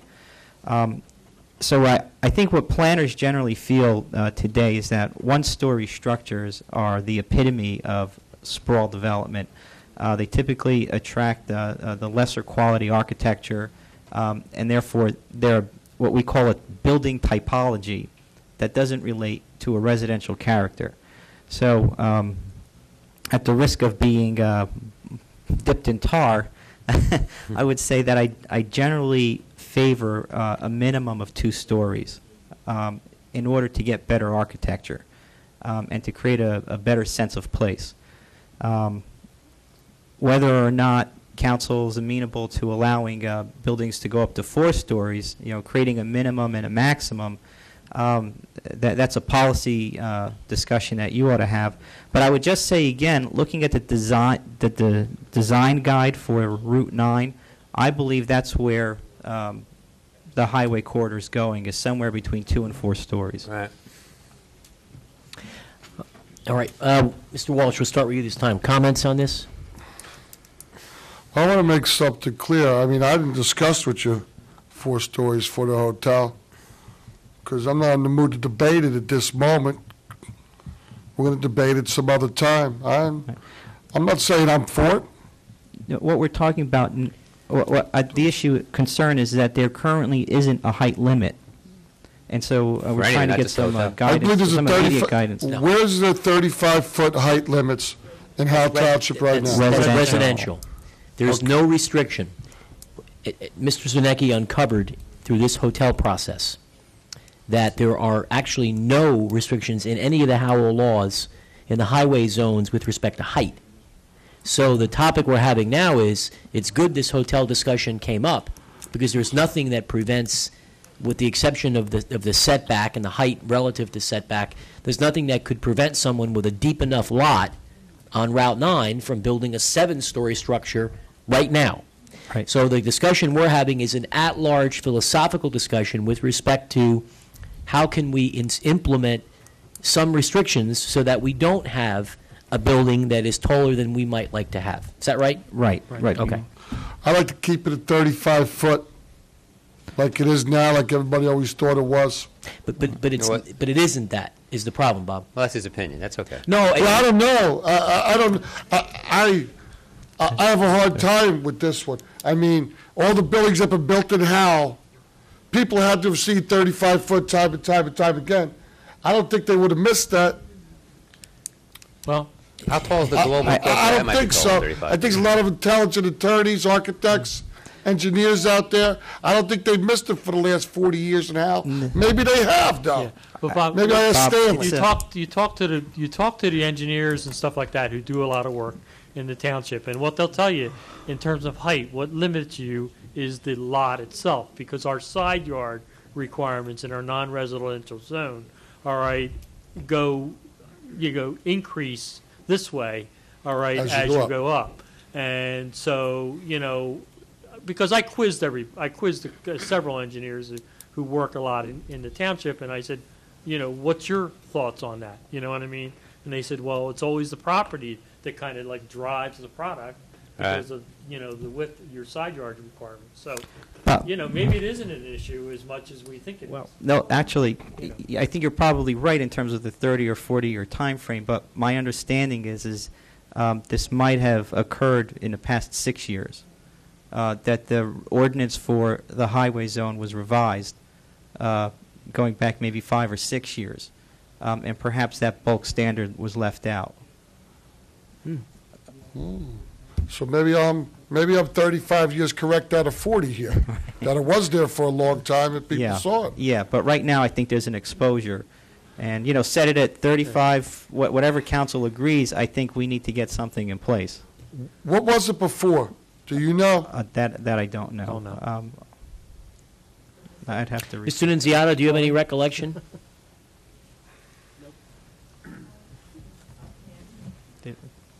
Well, I guess we're in the enviable position now of being able to control what it needs to be. So we have to determine among ourselves what we think is reasonable in terms of how we'd like to see the community continue to be effectively managed and planned. Well- So you've thrown out 35 foot. I mean, that's certainly a discussion point. I don't know that there's a right or a wrong answer. It's the wrong night to really get too far into it, but I like what Tom brought up earlier, that we have a consistent setback from the highway as a fine line, too, creating a nice appearance. So there's a couple of things I'd like to tie into this eventual building architecture ordinance, I guess we'll call it. My only recommendation might be that this could be a good discussion to ask the planning board to see if the planning board master plan subcommittee might have an interest in having a discussion on this, give us their written recommendations. Possibly we can ask for input from the Economic Development Committee. We were talking about a highway zone, so we have volunteers on our own Economic Development Committee, potentially get their input from the master plan subcommittee, get Mr. Newcomb's input, if Mr. Zanecki can look at some best practices in other municipalities, and you can pull all that together in a recommendation or a white paper for us, and then we can schedule an appropriate time to debate it. I'm certain Mrs. Showmaker, who's out of town on business, might like to comment on it as well. So it certainly isn't something we're going to resolve tonight, and we should put it on for discussion and let the public come and give the public an opportunity to give us their comments on it in a workshop forum as well, and then take all that into consideration and come up with hopefully with a good end compromise. So what do we do if somebody came now, Mayor? If somebody came now with a 70, 80-foot, 7-story structure, what do we do now? Well, again, the property kind of protects us right now, whatever properties they are on. So the side yard setbacks, front yard setbacks. What do we do now on a 10-acre piece on Route 33 if somebody came and wanted to put a 80-foot, 7-story structure now? Here's what would happen. They would have to, the engineer would determine the setbacks on the front and the side, and that would be used to determine how high they could reasonably build. Well, Is that right? yeah, I mean, the way There's a mathematical the formula. way the side yard reads is that I think it's 25 feet for every single story. So if it's 70, so in other words, he'd have to have a side yard. If it's 70 feet high, it would have to be at least, 300 feet. 175 feet. And that's on the side. Now, you also have the front issues. You have a frontage issue, you have also a rear yard, and, we're talking about both sides. And that, too. by and large, is my sense in terms of why this is not, we have not, as a municipality, at least for the past 6 years, whoever. Well, there's more to it than that. It's also the market. People are not going to put in buildings just to be vacant, too. So the market drives what goes in as well. That's right. I think we need to do something as soon as possible to protect the people. Having no height ordinance whatsoever in the highway development zone is not protecting the people. And we can always change it after these workshops, after these discussions, after the master plan subcommittee. We can always come back and revise it, can we not? We certainly can. I think the only concern I have is for us to, tonight, pick an arbitrary number and say it's going to be 35 feet. I think several things. First and foremost, we would not have done our due diligence with respect to having had enough research to withstand a legal challenge, to having developed that kind of what could be perceived as arbitrary and capricious. We have to have some examination of what's reasonable and practical, because if we just decide that among the 5 of us as lay people we think it should be 40 feet high, we're going to run into winding up, I believe, causing us more damage when we are challenged, and we would not have had any backup proof evidence to substantiate how we came up with that, other than the five of us just decided one night it should be 40 feet. I agree with you. We need to move very, very quickly, but at the same time, we need to do so in a responsible, balanced way that protects the integrity of what it is we're trying to protect. So by allowing the right people to have an opportunity to comment on it, we can then demonstrate that it was looked at and it was handled reasonably and fairly, so that when we put it in place, it will withstand whatever challenges may come its way. And that's my concern, is we don't do something for the sake of rushing to get it done, and then it doesn't give us the protections we wanted it to have anyway. I disagree right now. There's no protection. There's zero. There's zero out there at We're this creating a moment. lot of FUD right now. There's a lot I of. think The in town light is of, hold on a I second. can assure you right now, in terms of the applications that we have in, which will probably take the planning board through August or September, all right, At that least. we don't have anything that you have to worry about in terms of height in the HD zone.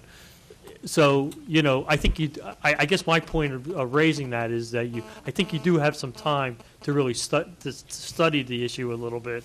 And I'll be more than willing to, give you a memo on our residential height requirements within the township right now, because they all aren't 35 feet, all right? So that you have that type of background. I'll have that to you, within a week.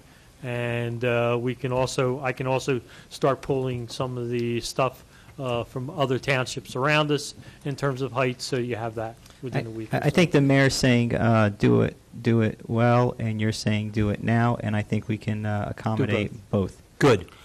And Don't so we'll be work on happy. that. Yeah. Good. Okay. All right. So we have our takeaway on both the hotel issue. We're going to update it for a workshop on the height issue. You guys are going to prepare the things you just talked about. Planning board, take a look at it. Economic Development Committee, take a look at it. You'll come back to us quickly, and then we'll make some informed decisions. Anything else on the agenda for discussion before we go into public? Well, I just have one comment. I'm sorry, Peter. I get disappointed sometimes when we sensationalize fear up here. Now, our number one responsibility, again, is the general safety, welfare, and health of the citizenry that we represent. And yes, we have concerns. Creating fear, uncertainty, and doubt and sensationalizing it isn't necessarily best for good government. We have been a town for 205 years. The bicentennial was 5 years ago already, and the town has doubled in population in the last 20 years, and at this point in time, there is no tall structure. We already had professionals tell us that he's entertained and engaged other professionals as to why we haven't been hit with anything, and he gave you a very good answer. So although yes, there's no height restriction right now, I don't want to sensationalize a fear out there that tomorrow the Freedom Tower is going to appear at the intersection of 9 and 195, and we have a 1,776-foot structure. That is just not going to happen. So we will do the right thing the right way without creating panic out there. All right, we're going to go into public session. The time is 10:25. We have 6 individuals who'd like to be heard tonight. Mrs. Dixell, you're up first. Welcome. Come on up. It's nice to see you. Thank you for coming out. You're doing times to do this. Oh, yeah, we got the gong. Mrs. Dixell, before you start, Mayor, Ms. Yes, Dixell sir. gave me a list of resolutions and items she wanted to have questions on, but Already discussed them. oh, okay. Okay, Mrs. Dixell, the floor is yours. Welcome. Thank you. Barbara Dixell, The Villages. Okay,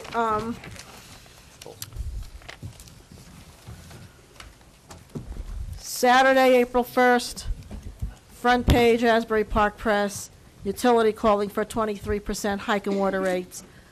Would affect residents in Monmouth and Ocean counties. Howell Township is one of them. We're on the list. Okay. So, pulled out my water company file.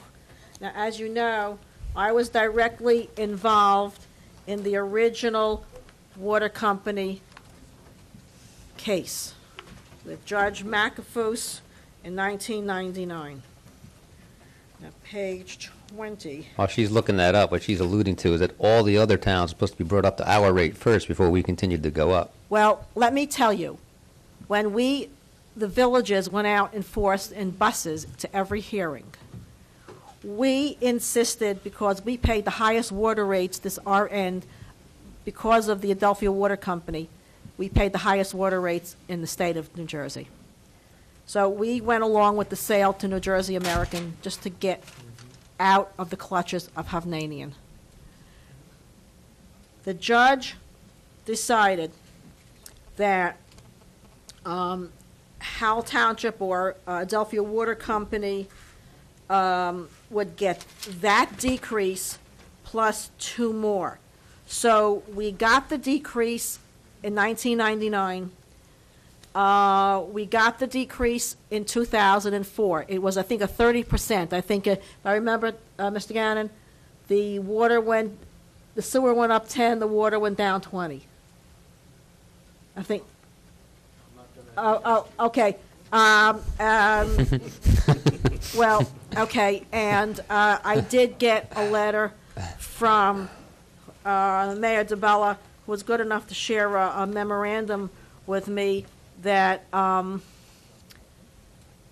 because I had given Mr. Kerrigan, as I say, I ran back up here one night at 11 o'clock at night. I ran home to get the decision, and I ran back up here at 11 o'clock at night to hand it to Mr. Kerrigan, who had already gone home. So I faxed 35 pages over to their office the next morning. And it was very nice of them to write this. Because I gave them that decision, the township was able to address the matter and get their reduction. Okay, well, here we are again. This is the last reduction we're entitled to. So what I need to do, I left the ratepayer advocate a message today. I hope they'll get back to me tomorrow as to when these hearings are going to take place. To Seema Singh, I left her a message, and we need to go to bat on this again. We're going to have to, because we can't let the citizens of Howell Township, or whatever part of Howell Township they're in, get a whopping 23% rate hike. So I'm going to start preparing paperwork, start sending out letters, start asking when these hearings are, and we have to be there. So let me know what you guys think. Why don't you, just in fairness to you, Mrs. Dixell, we'll comment, I think, on any question or comment you have after you've given us all the comments here. Well, Is this the only pretty topic much, you I have nothing really to say right now because of the fact that this just hit the newspaper on Saturday, and I haven't had the chance to speak to the ratepayer advocate or the BPU or any, but I mean, here are my documents, and Okay. I'm going to start going through them and citing case law because it is here. I insisted for 2 rate hearings now that that the villagers or we Adelphia Water Company residents be included in the decision and written into the decision, and we have been, because we need to be brought into the state rate. And supposedly, this last decrease is going to bring us to the state rate, hopefully. Okay. So, you guys have anything? Are you guys No, I have planning the to same find? memories that we're supposed to be made right. Over the telephone with Dixell's after we'll be monitoring, and usually the clerk or the manager gets a notice of the hearing too. So we'll, sure the governing body wants us to do what we have to do to make sure that the terms and conditions of that consent order is implemented in this next rating. Tom, they can't hear you in the back. Can you hear me now? Mm-hmm. My microphone was off, that's why.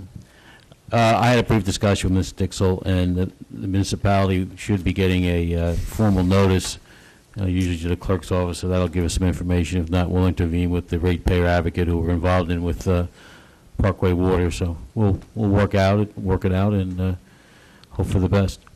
Yeah, I did call Good. Mr. Gannon's office today because when I read this, I said, okay, I need to call them and find out if anybody heard anything as far as hearing dates goes Okay. yet.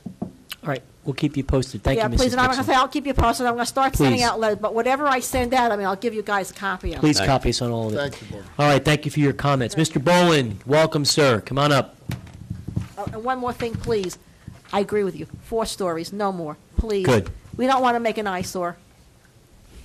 And we don't want to create anything higher that may involve loss of life in a fire that may not be able to be gotten to. Thank you, Mrs. Dixon. Come on up, Mr. Bowen. Good to see you. Welcome, sir. As always, you know the routine. Please give us your name and address for the record. Russ Bowen, 165 Belmar Boulevard. Good evening, Mayor and Council. Couple things. The discussion about the DVD provision. My television cable went out about a week or so ago, and I called the cable company, and a man came out to fix it, and I saw his truck out in my driveway. I asked him if there's anything could be done to tie me into the same system that the people seem to be on the western side of the township that get Channel 77.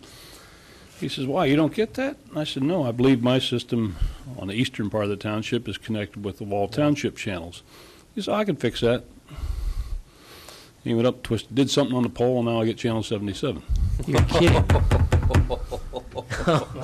He said the reason my cable went out for a couple days was He didn't give you any free pay-per-view movies while he was at it up there. No. What did he twist? I got basic cable. I pay like $11 a month. It's Well, no, he that's said that they just interesting. put a new system in, and the reason my cable went out for a couple days was they turned off the old system, and they thought everyone was connected, but as they got calls one by one, they would go out and change stuff. And But fix them.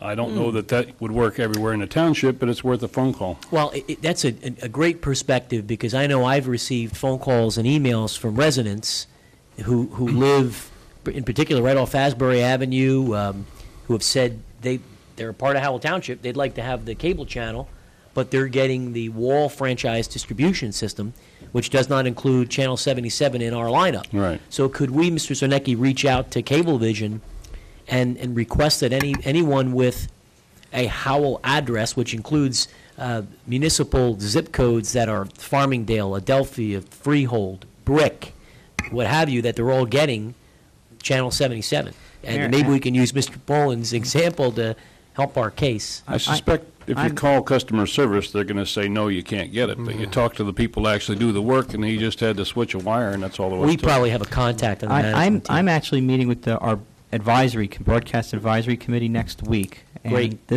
I'll ask them to make this a hot topic. Yeah. That's terrific. Because the Good Folks Council's name to that committee seem to have some contacts. Our that might be chairman useful. used to be in the industry, Mr. Burke. Right. They're real active. That's great. Thank you for telling us, Mr. Yeah, Boland. I never would have That's guessed good it. news, because we had many people who just thought they were shut out and they couldn't get the channel. They're all waiting for video streaming on the internet. Yeah.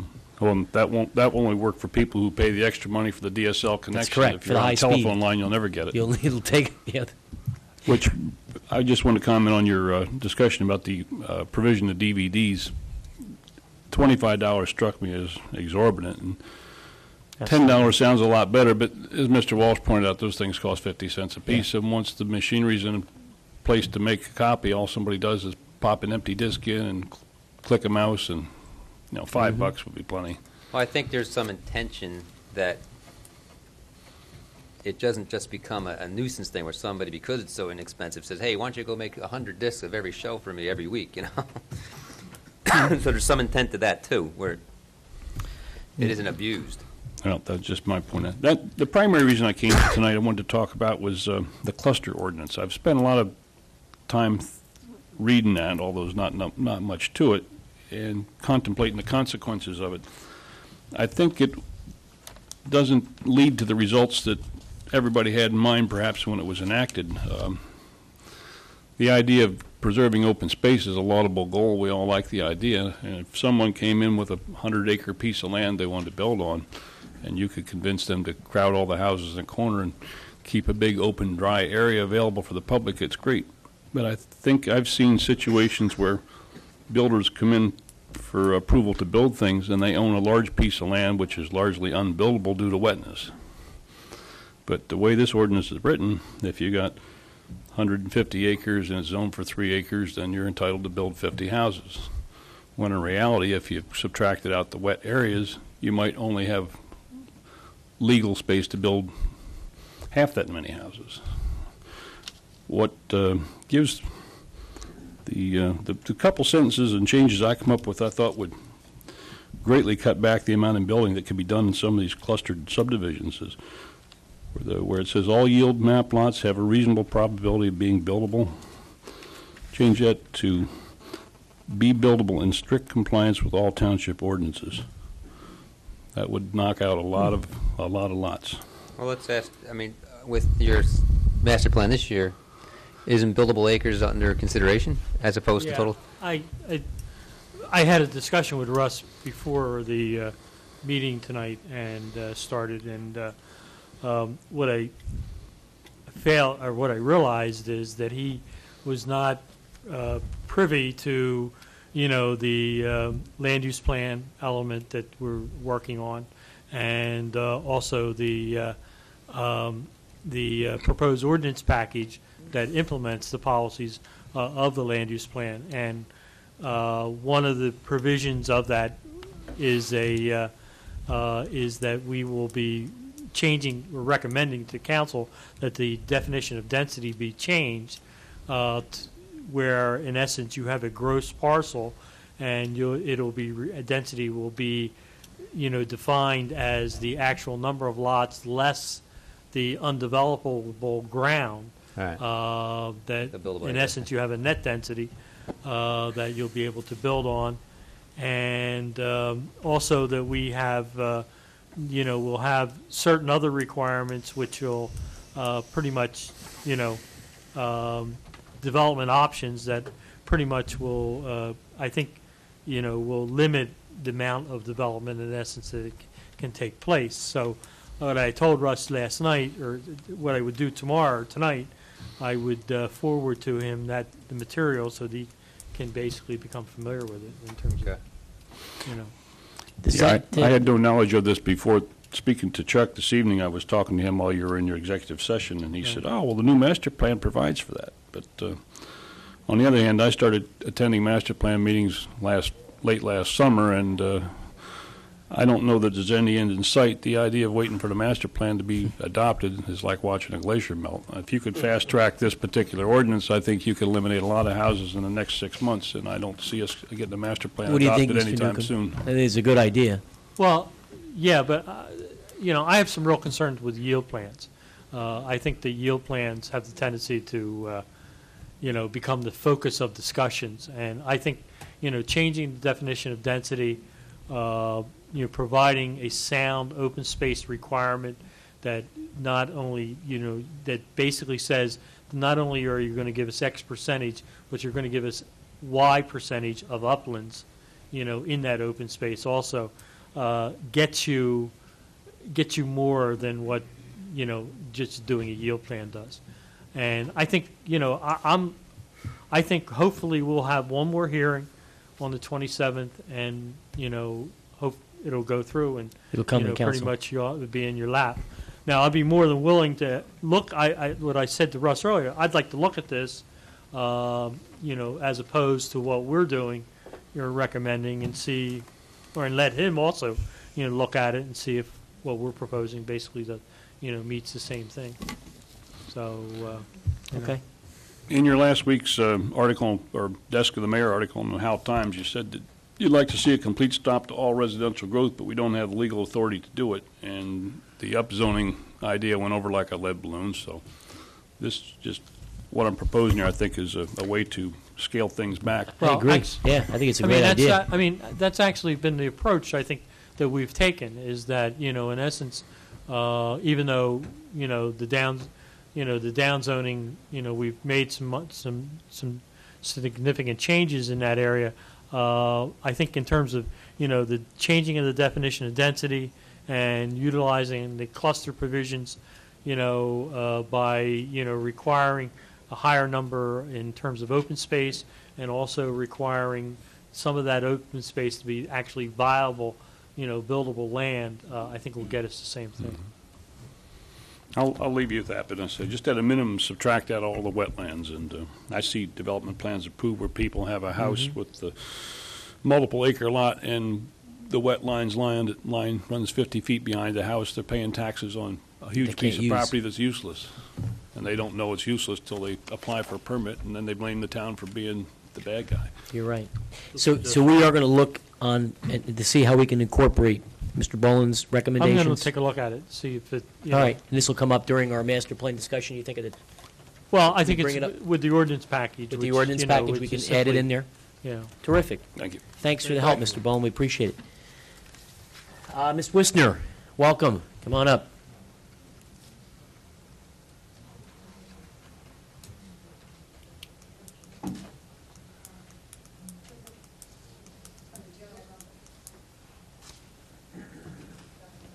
Good evening, Mrs. Wisner. Welcome. As always, your name and address, please. Ilse Wisner, 376 Conover Street. I just wanted to, just pinch something. I just wanted to agree with Mr. Boland. I think even $10 was certainly in the right direction. Thank you, Mr. Walsh, but I think it's still too much. The fact that you get, I think you said 1 or 2 requests a week for a video, I think we could certainly do a CD up for somebody for even $5. I mean, eventually intended to be free. I mean, And I don't see why it can't be free. I mean, I don't think anyone is going to come in here, even if you charged $1, I don't think anyone's going to come in and ask for 100. No one is going to pay $100 for that. Some other points. I had a few little things to mention. One, Mayor DeBella, I wanted to thank you for offering to put the Freehold Regional High School flyer on your website. I did want to admonish you, though, because you did not read the most important thing on the flyer. What did I miss? The fact that the Freehold Regional High School has the lowest high school cost per pupil ratio in the county and the 4th lowest in the state of New Jersey. That's terrific. Great news. It is great news, and I just wanted you to, or anyone who's still left in the public, to be aware of that. A problem that I'm encountering, and I'm hoping you can offer some help on this, is the Wawa on White Street and Route 9. It has become a real trash street now. It's not the Wawa. I mean, it's the customers. Unfortunately, we have a group of people in this area that are coming into the area that just don't care about littering at all. Throw out the windows. We've gone out, we've cleaned up, but it's to no avail. I mean, the next day you've got bags, sandwich wrappers, soda bottles, beer bottles. They don't even sell beer, but I guess they go in there to get whatever. As someone who lives around the corner from a Wawa, I can completely relate. Okay. So Because I guess my we have the question is- same problem. Yeah, I'm sure you do. What It's do terrible. we do? What can the town do about that? And putting up a no littering sign, I don't think that's going to help. Having the police there, of course, if the police is there, they're not going to do it then. And you know, can we do a citizen's arrest? I mean, I don't know. I feel very helpless in this situation. is it What mostly street was this? windblown It's debris, or is white. it like you're saying more so people throwing stuff out of their car windows? No. They just throw it out. I mean, it is windblown after it's thrown out the window. You know, they walk in, they get a cup of coffee and a sandwich, and they eat it in the car, and then they throw the wrappers outside. And then the wind does blow it, and it's all up and down the street. Up White And Street. regardless of how often you pick it up, it's right back again. It's a broken window theory. It's one of these things that if you can keep it as clean as possible, you're less inclined to attract more of that kind of action. I agree, and that's why we've tried. All right. And we've complained to the Wawa. They have been somewhat cooperative in that they've come out and cleaned up right in front of Right. themselves, and we've cleaned up further up the road. But it doesn't matter. The next day it'll be spotless. The next day it's right back again. And you're absolutely right. Once other people see it, they're more prone to throw it out as well. But Does the Wawa have any signage on their windows telling their customers, please respect the neighborhood? no. You know, whatever wording you want to use to make sure that their customers don't No, actually but go out I and was litter. just hoping that perhaps the town could do something, because I know this is not an isolated It's not. situation. It's everywhere, and We it's hear about disgusting. it at any of the convenience stores. I get feedback from residents of the gas stations that now have the convenience marts right in them, that in those adjacent areas, for some reason, people just don't respect in many cases, unfortunately, it's people that live in the area, that they could be traveling through. Could we, though, maybe as a discussion point, could we possibly ask the Wawa, to the deputy mayor's point, to, I'll tell you what the Wawa did by me, on a parallel. For some reason, people go in the morning and they leave their cars running. And they go inside and they run and they get their coffee and they come back out, but there's a stream of 4 or 5 cars parked right in the front, and the cars are always running. What actually was happening was the inside of the store was picking up the emission fumes, because there were constantly vehicles that were parked there with the engines running. So they now have a sign. It says, please turn your cars off. Or it's something like, don't let your engines run idle, and you can't miss it. Maybe we can ask the Wawa management, and they're typically pretty good neighbors, if they can post at the entrance and exits, no littering in the neighborhood, something that really jumps out. That would be If they could post something inside the store that says, please don't litter, in these adjacent areas because of the problem that we've got. And Wawa is a pretty good neighbor. Their management, they're all company-owned I agree. stores. I So agree. they may That's why want I'm to do saying that. it's Well, not- another it's not them. out-of-the-box thought is, McDonald's has those garbage cans near the exits that people take to get onto They the do roads. as well. Does It Wawa doesn't matter. It's real No, close. they They have don't. They have them. They go into the car, I guess they drink their coffee, and they eat their sandwich, they have their lunch, whatever, and I was going out to the window. suggest handing them out a flyer, but that flyer's going to end up in the street. No, that would create a bigger mess. There needs to be a reasonable probability by just looking around that you're going to get caught that would stop them from doing it. And I'm just trying to think of Fake cameras? what that might Well, be. maybe the other thing that we can post, we obviously have an ordinance that does fines. Maybe if we put down, no litter, blankety-blank dollar fine, Yeah. and sort of put that, maybe one of those signs on White Street, in addition to Wawa posting some signs, we can begin to build some awareness. I think maybe, and I'm sorry, maybe a give it a litter, shot. a litter fine sign at the stop, near the stop sign where you entered White Right. Street. I would put it right in front of, on the other side of White Street, right in front of the Right. exit driveway. That's right. So that they can't help but see it as they're Right. driving out, because that's pretty much where they throw All it. right, so the takeaways, Mr. Zernecki or his delegate will reach out to the management of that store, see if we can get some signs in the store, some good signs out, Thank and then you. we'll put up a no litter with the fine sign. Is that fair enough, everybody? And one in front of 376 Conover. No, I don't want any signs. I have to be honest, I don't actually get the trash, fortunately. I'll probably get a bag of it now. But it doesn't come around the corner. It doesn't come around the Well, now corner, that but you- it's White Street Home that address was is, giving out. Now, that was not good. now at White the, Street is She gave awful. it up. Okay. now, Mayor, at the risk of offending anyone, I don't know the neighborhood at all, but let me ask this question. Are there any other issues in the neighborhood which might give the impression of things being disorderly? Like, for example, signs posted on telephone poles, it's trash just left woods. out. So it's just wooded. It looks like, it's rural. No one's going to see them or catch them. Exactly. Okay. All right, what else, Mrs. Visner? Okay, the other thing I wanted to mention was, let's see, the hotel ordinance. I'm a little concerned about the hotel ordinance. When we started, we were at 5-acre minimums, and then it went back because it was deemed to be a little too small an area. So it went back, and it came back as 3, which we were all surprised at, that it came back worse than it started. And now we're back to 5. Are we supposed to feel good because now we went from 3 to 5, where when we really started at 3? I think that's a misunderstanding. The original proposal was always 3. It was never 5. Okay.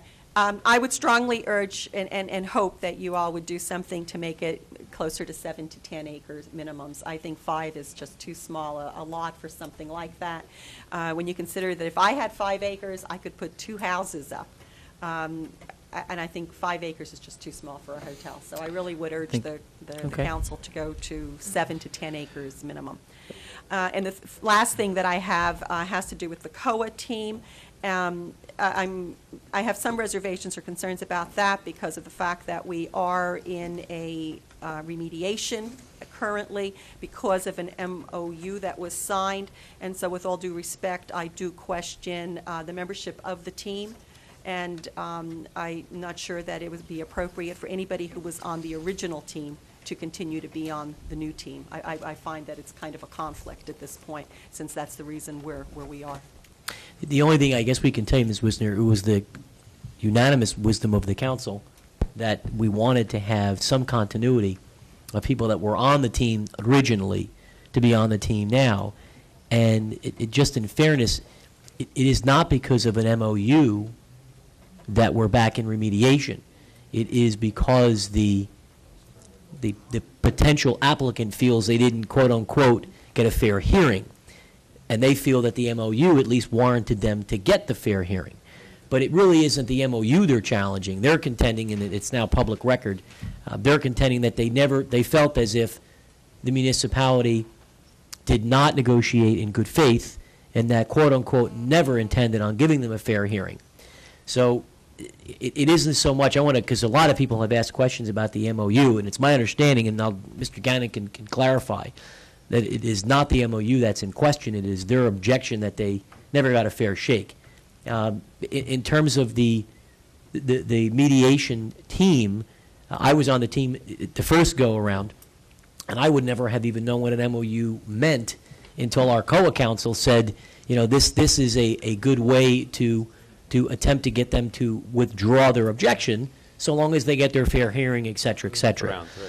So I certainly don't go in with any preconceived notions other than I want our round 2 plan to stand as is, and I'm going to defend our round 2 plan, and I'm not interested in deviating in any way, shape, or form from what we believe is a legitimate plan. At the same time, you'll recall meeting after meeting when I would say I can't comment because we can't act as if we're predisposed. So Me too. having said that, anyone that is going to be remotely engaged in this, I think, has to say they would like to remain not predisposed. I can appreciate your perspective. I think that, again, it was more of a continuity issue to make sure that somebody who had been there for the first go-around is there at least now and has a recollection of things that were talked about and agreed to. Okay, thank you. Thank you for your comments. I just want to point out one thing about, if I could, just one Please, point stay, Ms. Wisner. about the lot size. I think it's important to note that the minimum lot size now is presented in square footage. So for the highway district, it's 80,000 square feet is the minimum lot size, which is slightly under 2 acres. Wow. I'm sorry, could you say that again? I think I missed In the something. highway district, the minimum lot size is 80,000 square feet under the current zoning standards, which equates to slightly under 2 acres For a hotel? for anything. For anything that that's is currently conditional allowed. use in that, Yeah. which a hotel now So would I just apply. wanted to point out the kind of juxtaposition of one use on So another. 5 It acres, just- he's saying 5 acres is greater than what exists right now. Right, but what I'm saying is that I still think it's too small and you should go bigger, and especially if we're talking about, the word luxury hotel keeps getting thrown around. If we're going with a luxury hotel or something nice that we want to look nice and be nice, you need some space around I'm it. sorry, I didn't say that to disagree with you. I said that I think really I'm still kind of stuck on a notion that the zoning for that currently exists needs to be looked at. Oh, I totally agree with you. I totally agree with you. But I think, again, if you're going to have something nice, you need some space around it. To make it pleasing, plant a few nice trees around it, have some place people can walk around. You need something nice, and 5 acres just doesn't do it. The other thing is, as long as I'm still here, I just wanted to add also that when you do get to an ordinance regarding height for other facilities around Route 9 or HD1 zones on 33 and 9, I would strongly urge that you go with a 3-story maximum, and that this 4-story maximum that you're proposing for the hotel ordinance be restricted solely To to just hotels. Okay. Thank you again. Thanks, Mrs. Wisner. Mr. Vinnie Tintillo. Mr. Tintillo, come on up, sir.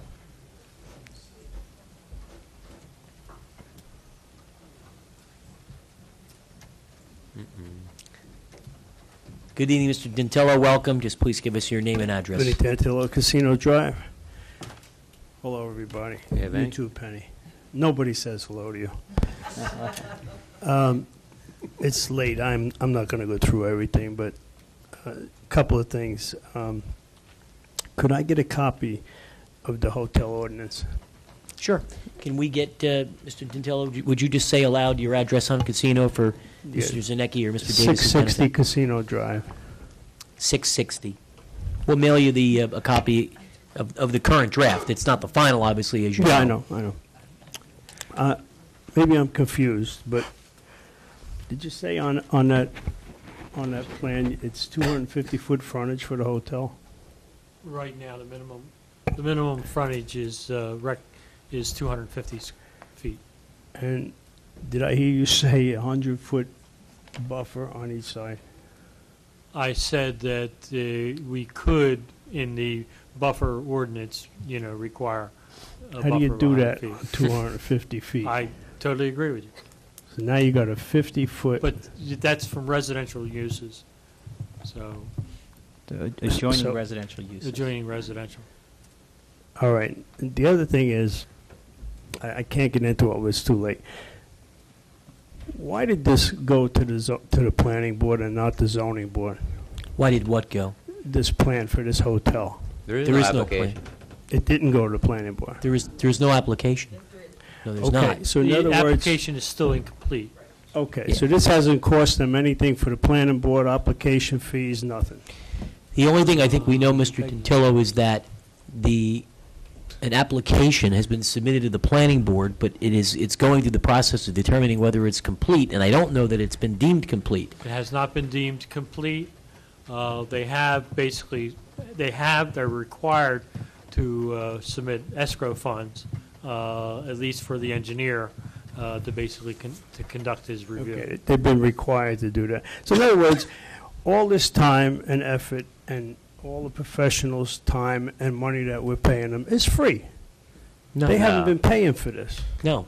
This ordinance Not is for them. intended to be HD wide for the entire municipality. We don't have an ordinance right now, Mr. Tintillo, that addresses a lot of these. No, I understand that. So But this was they're not- submitting a plan for a hotel. But They there are. are For there are something others that too. doesn't They're not exist alone. yet? They're submitting a plan for a hotel for something that doesn't exist yet. That is because it has not been deemed complete. Why they have elected to go to the planning board versus the zoning board, I don't know, quite frankly. Maybe I can just, Please. Mr.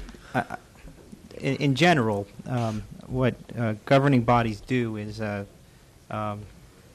they try to set a framework for trends. When trends come along, often they're called to the attention of a governing body. I guess in this case it might be a hotel. In another case it might be a water park. Mhm.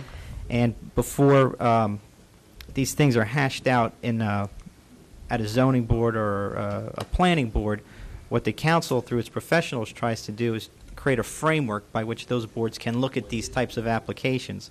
So it's sort of why, part of the things that we do on a daily basis is make recommendations for improving all sorts of different ordinances. And a zoning I ordinance is understand just that. an ordinance. It's just that it seems like a lot of effort's going into something, making a new ordinance for this hotel review, that they haven't paid anything to go in front of any board.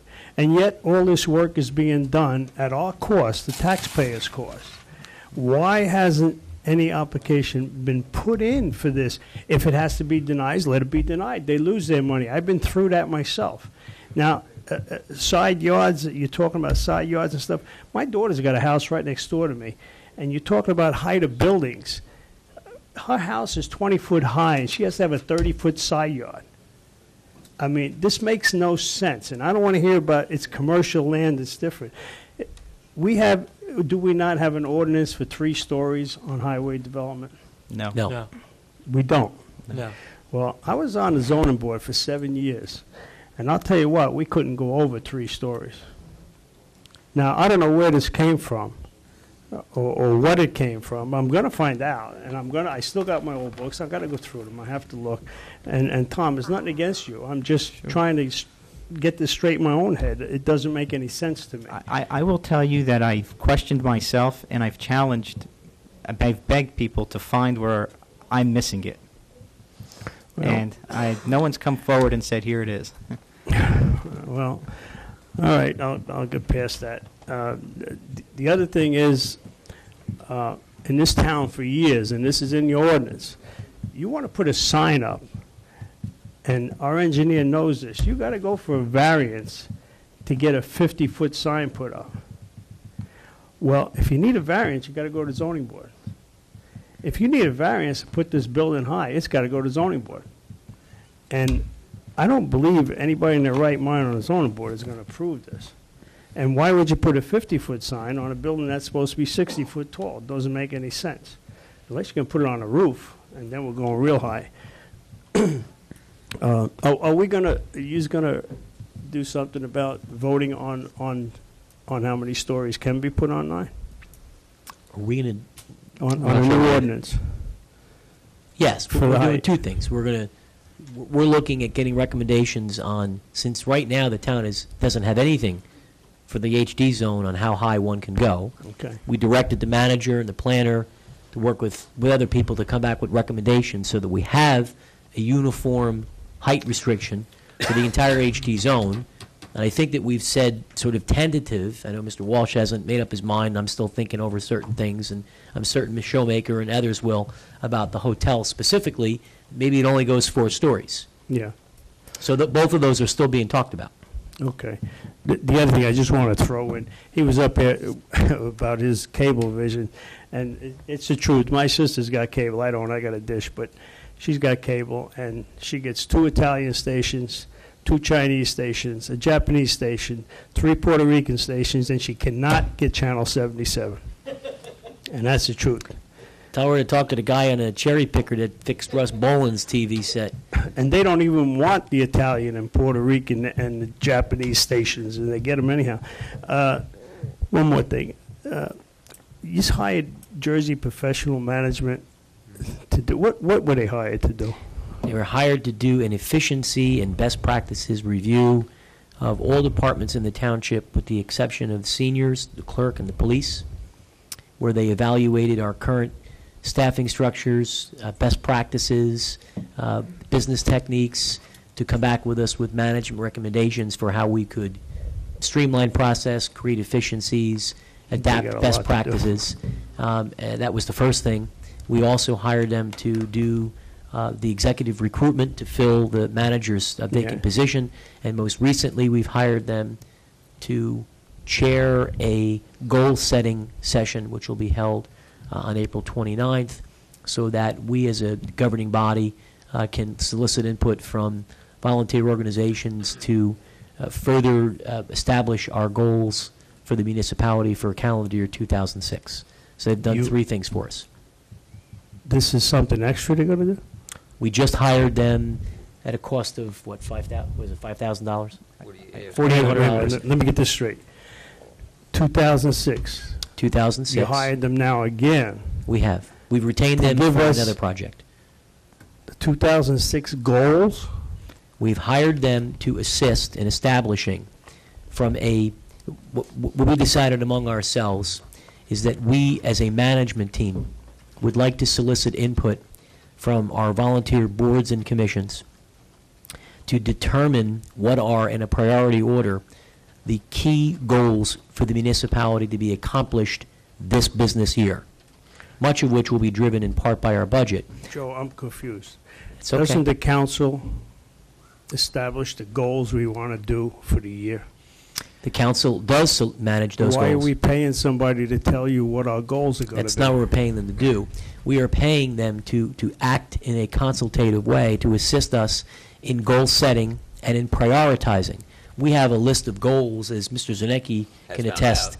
You know, I've given him my own personal to-do list that I've been carrying around for Mr. Davis has seen it for the better part of a few years, which has about 50 things on it. From a practical perspective, we can't accomplish all of them. We need to establish a realistic set of objectives that we can fulfill this calendar year. And those objectives need to incorporate feedback from the planning board, the zoning board, the environmental commission, all of the major volunteer entities. So we have engaged them to meet with those organizations and to use a process that is used in business all the time to filter out what are the real things that we need to be doing. They're then going to go through that same process with us. They've done this for 20 or 30 different municipalities, so that as a management team running a $40 million business, we can appropriately set what are the realistic goals and expectations for the municipality, make certain that they're measurable, and establish parameters to measure our management team on how well they execute against those so goals. in essence, we're just going to pay them more to do this job besides the other contract? This is a new contract for about New contract. $4,800 that they are being hired to assist us in doing, yes. Okay. The other thing was the DVDs. I think they're a lot, too. And I think for once, how about doing something for the taxpayers? How about doing it for cost? What is the big deal about killing people for a DVD? You know, the cost would probably be about $1.50, and I'm sure I'll come down and make them for you if you want. I mean, you know, it's kind of stupid, you know, charging people for every little thing, and they're paying enough in this town. Well, I think the only thing in fairness is we have been sensitive, as hopefully you can attest, to trying to reduce spending and to cut back the size and the cost of the government. This was a recommendation we got around making certain that we can at least cover our expenses so that there is a legitimate fee for some people that may need to get them. That's why I'm saying Exactly. cost. And I don't think we've come to any conclusions on anything other than 25 was too high. We want the management team to go back and kick it around. They may come back and say it's 75 cents for all we know. They just want a direction that we'd come up with something. So I think we've heard good feedback that we got to come up with a very reasonable number. It does take staff time to locate the exact meeting, you know, to stop what you're doing, you know, to respond to the resident who's Doesn't there. take that long, Tom. Well, it takes some time. Doesn't Times take that with long, something. By the So- way, I must say, I want you to know, Joe, I did get the copy of the charges for the attorney. I'm glad It to only hear. took 2 years and 3 months, but I got them. Thank you. Thank you, Mr. Tintillo. Okay, Mrs. Smith, come on up. Welcome, Mrs. Smith.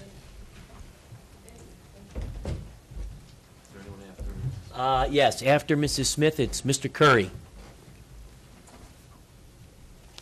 Hello, Mrs. Smith. Good evening. Good evening. Pauline Smith, 54 Vanderveer Road. To start with, I have a suggestion as to what might have happened with the height on the HD zones. For as long as I can remember, which is quite a while, it was 35 feet HD, just like everything else. That was the limit. An office building, I think 2 office buildings over the years in the either late 70s, early 80s, went before the zoning board, and they're 4 stories. But unfortunately, what has happened, I know, in 2 other cases, one being the riparian ordinance and one being the farmland buffer ordinance, and that is the ordinance as adopted, when codified, somehow there was a mistake and something dropped. The part of the riparian ordinance that provides for relief, unfortunately, which has caused us trouble, was dropped because we can show you the ordinance as it was adopted, but as codified, that part's missing. Well, something like that could have happened when ordinances were recodified half dozen years ago or so. So it happens. Yeah. So if you could dig that up on hard copy somewhere, it might be your answer. I'll start with that since we're talking about height. To begin with, I'd rather see 3 stories, and I have reasons for that, but I won't go into that tonight. But if you went to 4 stories, please make it 45 feet, not 50 feet, and please be careful and write the ordinance. Mr. Gannon, I guess that's your job? On occasion. Tight. So that, because we have loopholes all the time. They come before the boards, and if it's 4 stories or 50 feet, well, if they can get 5 stories into 50 feet, there are lawyers that would argue that they have a choice. So it has to be and, not or, in my layman's observation. Let's see, what else? An ordinance that says that it's on highway frontage, there has to be highway access, not through somebody's side street. That's not fair to the people that live, that might live anywhere, whether it be with, so please include that in the ordinance.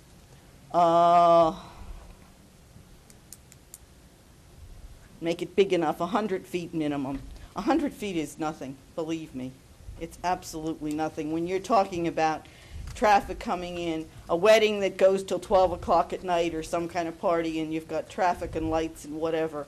That's not fair to the people that have been whatever, because there aren't a lot of deep sections, as we all know, in the HD zones. There are very few sections that are deeper than a few acres, so that you have to provide a buffer. It should, a good, thick, wide buffer, please.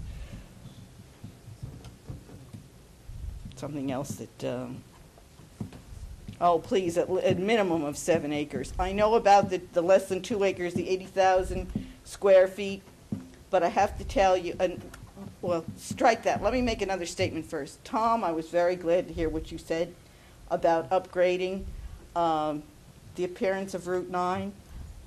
For many years of being on all kinds of subcommittees, the master plan subcommittee, mostly chairman of, on the planning board and council, and through the process of at least 3 participating in at least 3 master plans, and before that observing 2, people say over and over again, for at least the last 30 years, Route 9, mostly the people, I think the people that live in the Candlewood area started it, but it's increased as our population increases, that they have to go down Route 9 to go home, and their friends and their family come down Route 9 to visit them, and Route 9 looks terrible. Do something about the appearance of Route 9. And I've always remembered that in applications, and unfortunately for me, I get a lot of backlash because I refuse to streamline an application. Well, the regulations are there for the benefit of everybody, for the township, not for the applicant. They should meet them. I don't believe in streamlining. Everybody does what they have to do. Whether it's one house, a shopping center, an office building, whatever it is, the only time I see about giving a little bit of leeway is at church. So I was glad to hear that. And we have had people before the planning board, absolutely, and they always get their way, 80,000 square feet is too large. And we have buildings built on half an acre, you know, and we need to be a little more strict. So I agree with you. I think there has to be some kind of scale when it comes to a minimum lot size for a specific small thing like a bank or whatever, and then something for larger like a hotel. And we don't have the 80,000 square feet doesn't apply to a hotel because we don't have any provisions for hotels, but we will now. But I hope that explains that a little bit. Thank you for saying that. I'm all for that. I think I've remembered everything I wanted to on that. Mrs. Smith, could you try and wrap up your comments? Well, you know, I always have lots more comments than I have time for, and I didn't speak for quite a while. Last time was the first one. I will make just one more, and I'll save the rest for next week. Please, absolutely. And I find it interesting that I'm the only one that's called time, and other people go over. Now, hold on one second. Who is the keeper of the clock? I am. So I'm not even paying attention to how long you're up here. Well, there was dialogue back and forth with the others. There's no way to time that. Okay. Go ahead, Mrs. Smith.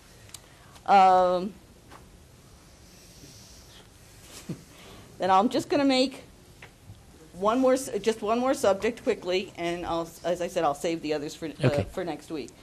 The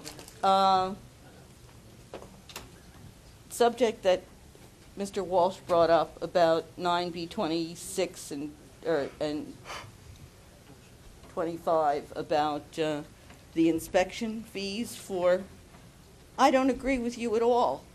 Any reputable engineering firm can read plans and then can do the inspections. And when you say go out to bids, I think maybe there's somebody else that could do it cheaper. And I think you should look into it. This is done for now. But when you tell the population of Howell Township that everything is going out for bids, they're thinking that every project is going out for bids. A general service thing is fine for general services, but then there are special projects. and they should go out for bids, especially when it's going to be around $100,000 maybe. Our taxes, as we all know, are going to go crazy. We need to tighten our belts. I'm Thank going to remember you said that. I'm glad you said that. We do need to tighten our belts. Couldn't agree more. Yes. We did last year, too. Yeah, we did, but we didn't. You don't want me to get into that. Someday. I'll wait with bated breath. Money that's wasted. All right, Mr. Curry, come on up, sir. Welcome. How many more, Joe? This is it. Mr. Curry is it. She don't get out. I thought we were going to get out of here early tonight. What happened, man? What happened there? Thank you and good evening. Mr. Curry, good evening. Warren Curry, Georgia Tavern Road. Good to see you, Mr. Curry. Welcome. Thank you. I speak as a citizen of Howell, so that I'm not accused of being something else. Hey, Warren, just back up like a couple inches from that mic. You got a booming Okay. voice. There you go. We've been plagued by single-family home building and the resulting tax burden on us for years. And in our feeble efforts to control that type of development, some of us have seemed to get sidetracked and decided we want no development at all. Seems that the climate in Trenton indicates that we won't be getting any help from them. So we're going to have to pay our own bills while being overtaxed by state taxes. Commercial and industrial development is all we have left to pay for our budgets. I might add, that have been left to us, too. Either that or tax increases in real estate taxes, which we all are dying from. Some people think tall buildings are ugly. I don't know, many tall buildings are beautiful. The Empire State Building, the Chrysler Building, even if you go down Route 66, well, some people don't think they're beautiful. I happen to look at them and I'm impressed. If you go down Route 66, heading east, you see the Hovnanian Building, the glass building there. That's very attractive, I think. And I do a double take on it every time I go by there. And there are many that are a beautiful structure. They can also be a landmark. People tell you how to get to a certain place. When you see that building, you're there. It can be an upscale entity that will remain such. It won't deteriorate into a welfare hotel or a 20-minute hotel. And it can generate tax money to help the residents pay the bills. To compromise down and satisfy some people with no vision of the future is the way we've done things in the past. The result is that they often turn out to be a disappointment. The only place we can do commercial or industrial is on our highways. Let's not miss the mark again and close the door on it because we can't see further than our nose. The other thing I'd like to say is we could limit the impervious area by stacking the parking. Drive up a ramp and park, go up to the next floor and park. And you wouldn't be using all that land and covering it with blacktop. Traffic control, in my opinion, is the major problem with this hotel. For instance, getting from traveling west on 195, how do you get to the hotel without using Stanley Boulevard and Northwood? The ramp coming from 195, where you would get off to go to Route 9 North, if you're traveling east on 195, there could be a cut in that ramp that could take you right to the hotel. You'd never go to Route 9 or anything else. The big problem is traveling the other way, and that's only from 195. But the traffic control, in my opinion, is the major problem with the hotel, and that has to be dealt with. I don't see that it's an impossible thing, and I don't see that 6 stories would hurt your eyes. I think it could be a pleasant thing, something attractive if done properly, and we could demand that at the planning board and by the council. if it's that big, if it's that tall, 6 stories or so, it will ensure that it remains an upscale building. I think that's the way to go on it, and I think it's about time we started to take more than baby steps. I think we should start taking some giant steps. The only places we have are on the highways. We're not asking it. We're not trying to put one of these in a cul-de-sac or in a whole house development, in a one-family house development. The only thing we have left to help us, without raising taxes again, is the development of the highways. That's about all I have to say on it. And if I don't get killed on the way out. Absolutely not. Thank you, Mr. Curry, for your comments. Mr. Lariah, come on up. Welcome, sir.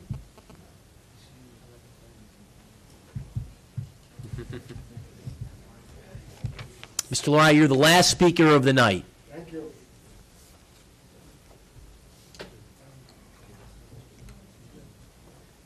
Welcome.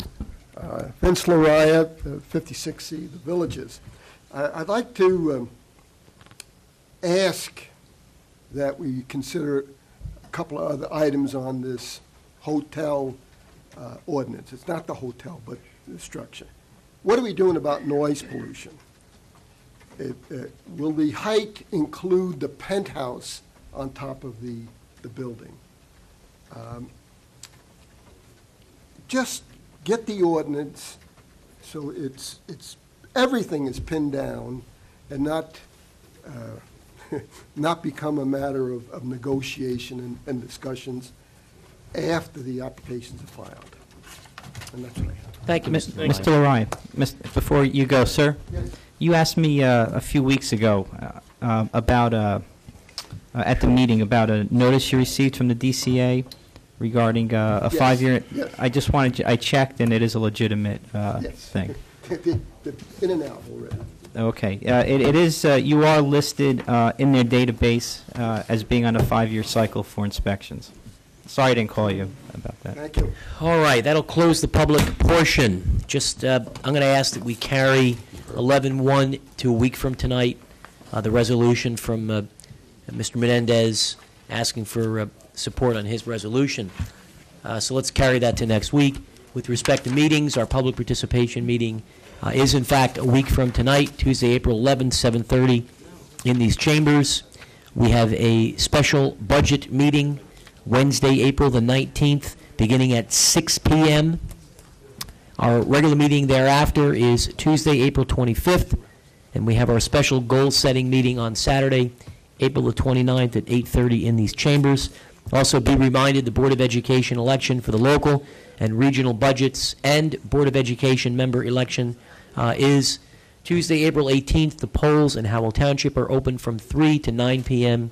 in the normal polling places. Mr. Zanecki, is there any other business this evening for action? No, sir. Okay, motion to adjourn. Mr. Mayor, just real quick before you make a motion, I believe that there is a township ordinance already that prohibits the engines from being run. That's right. While you're at the WOW or any shopping plaza for that matter.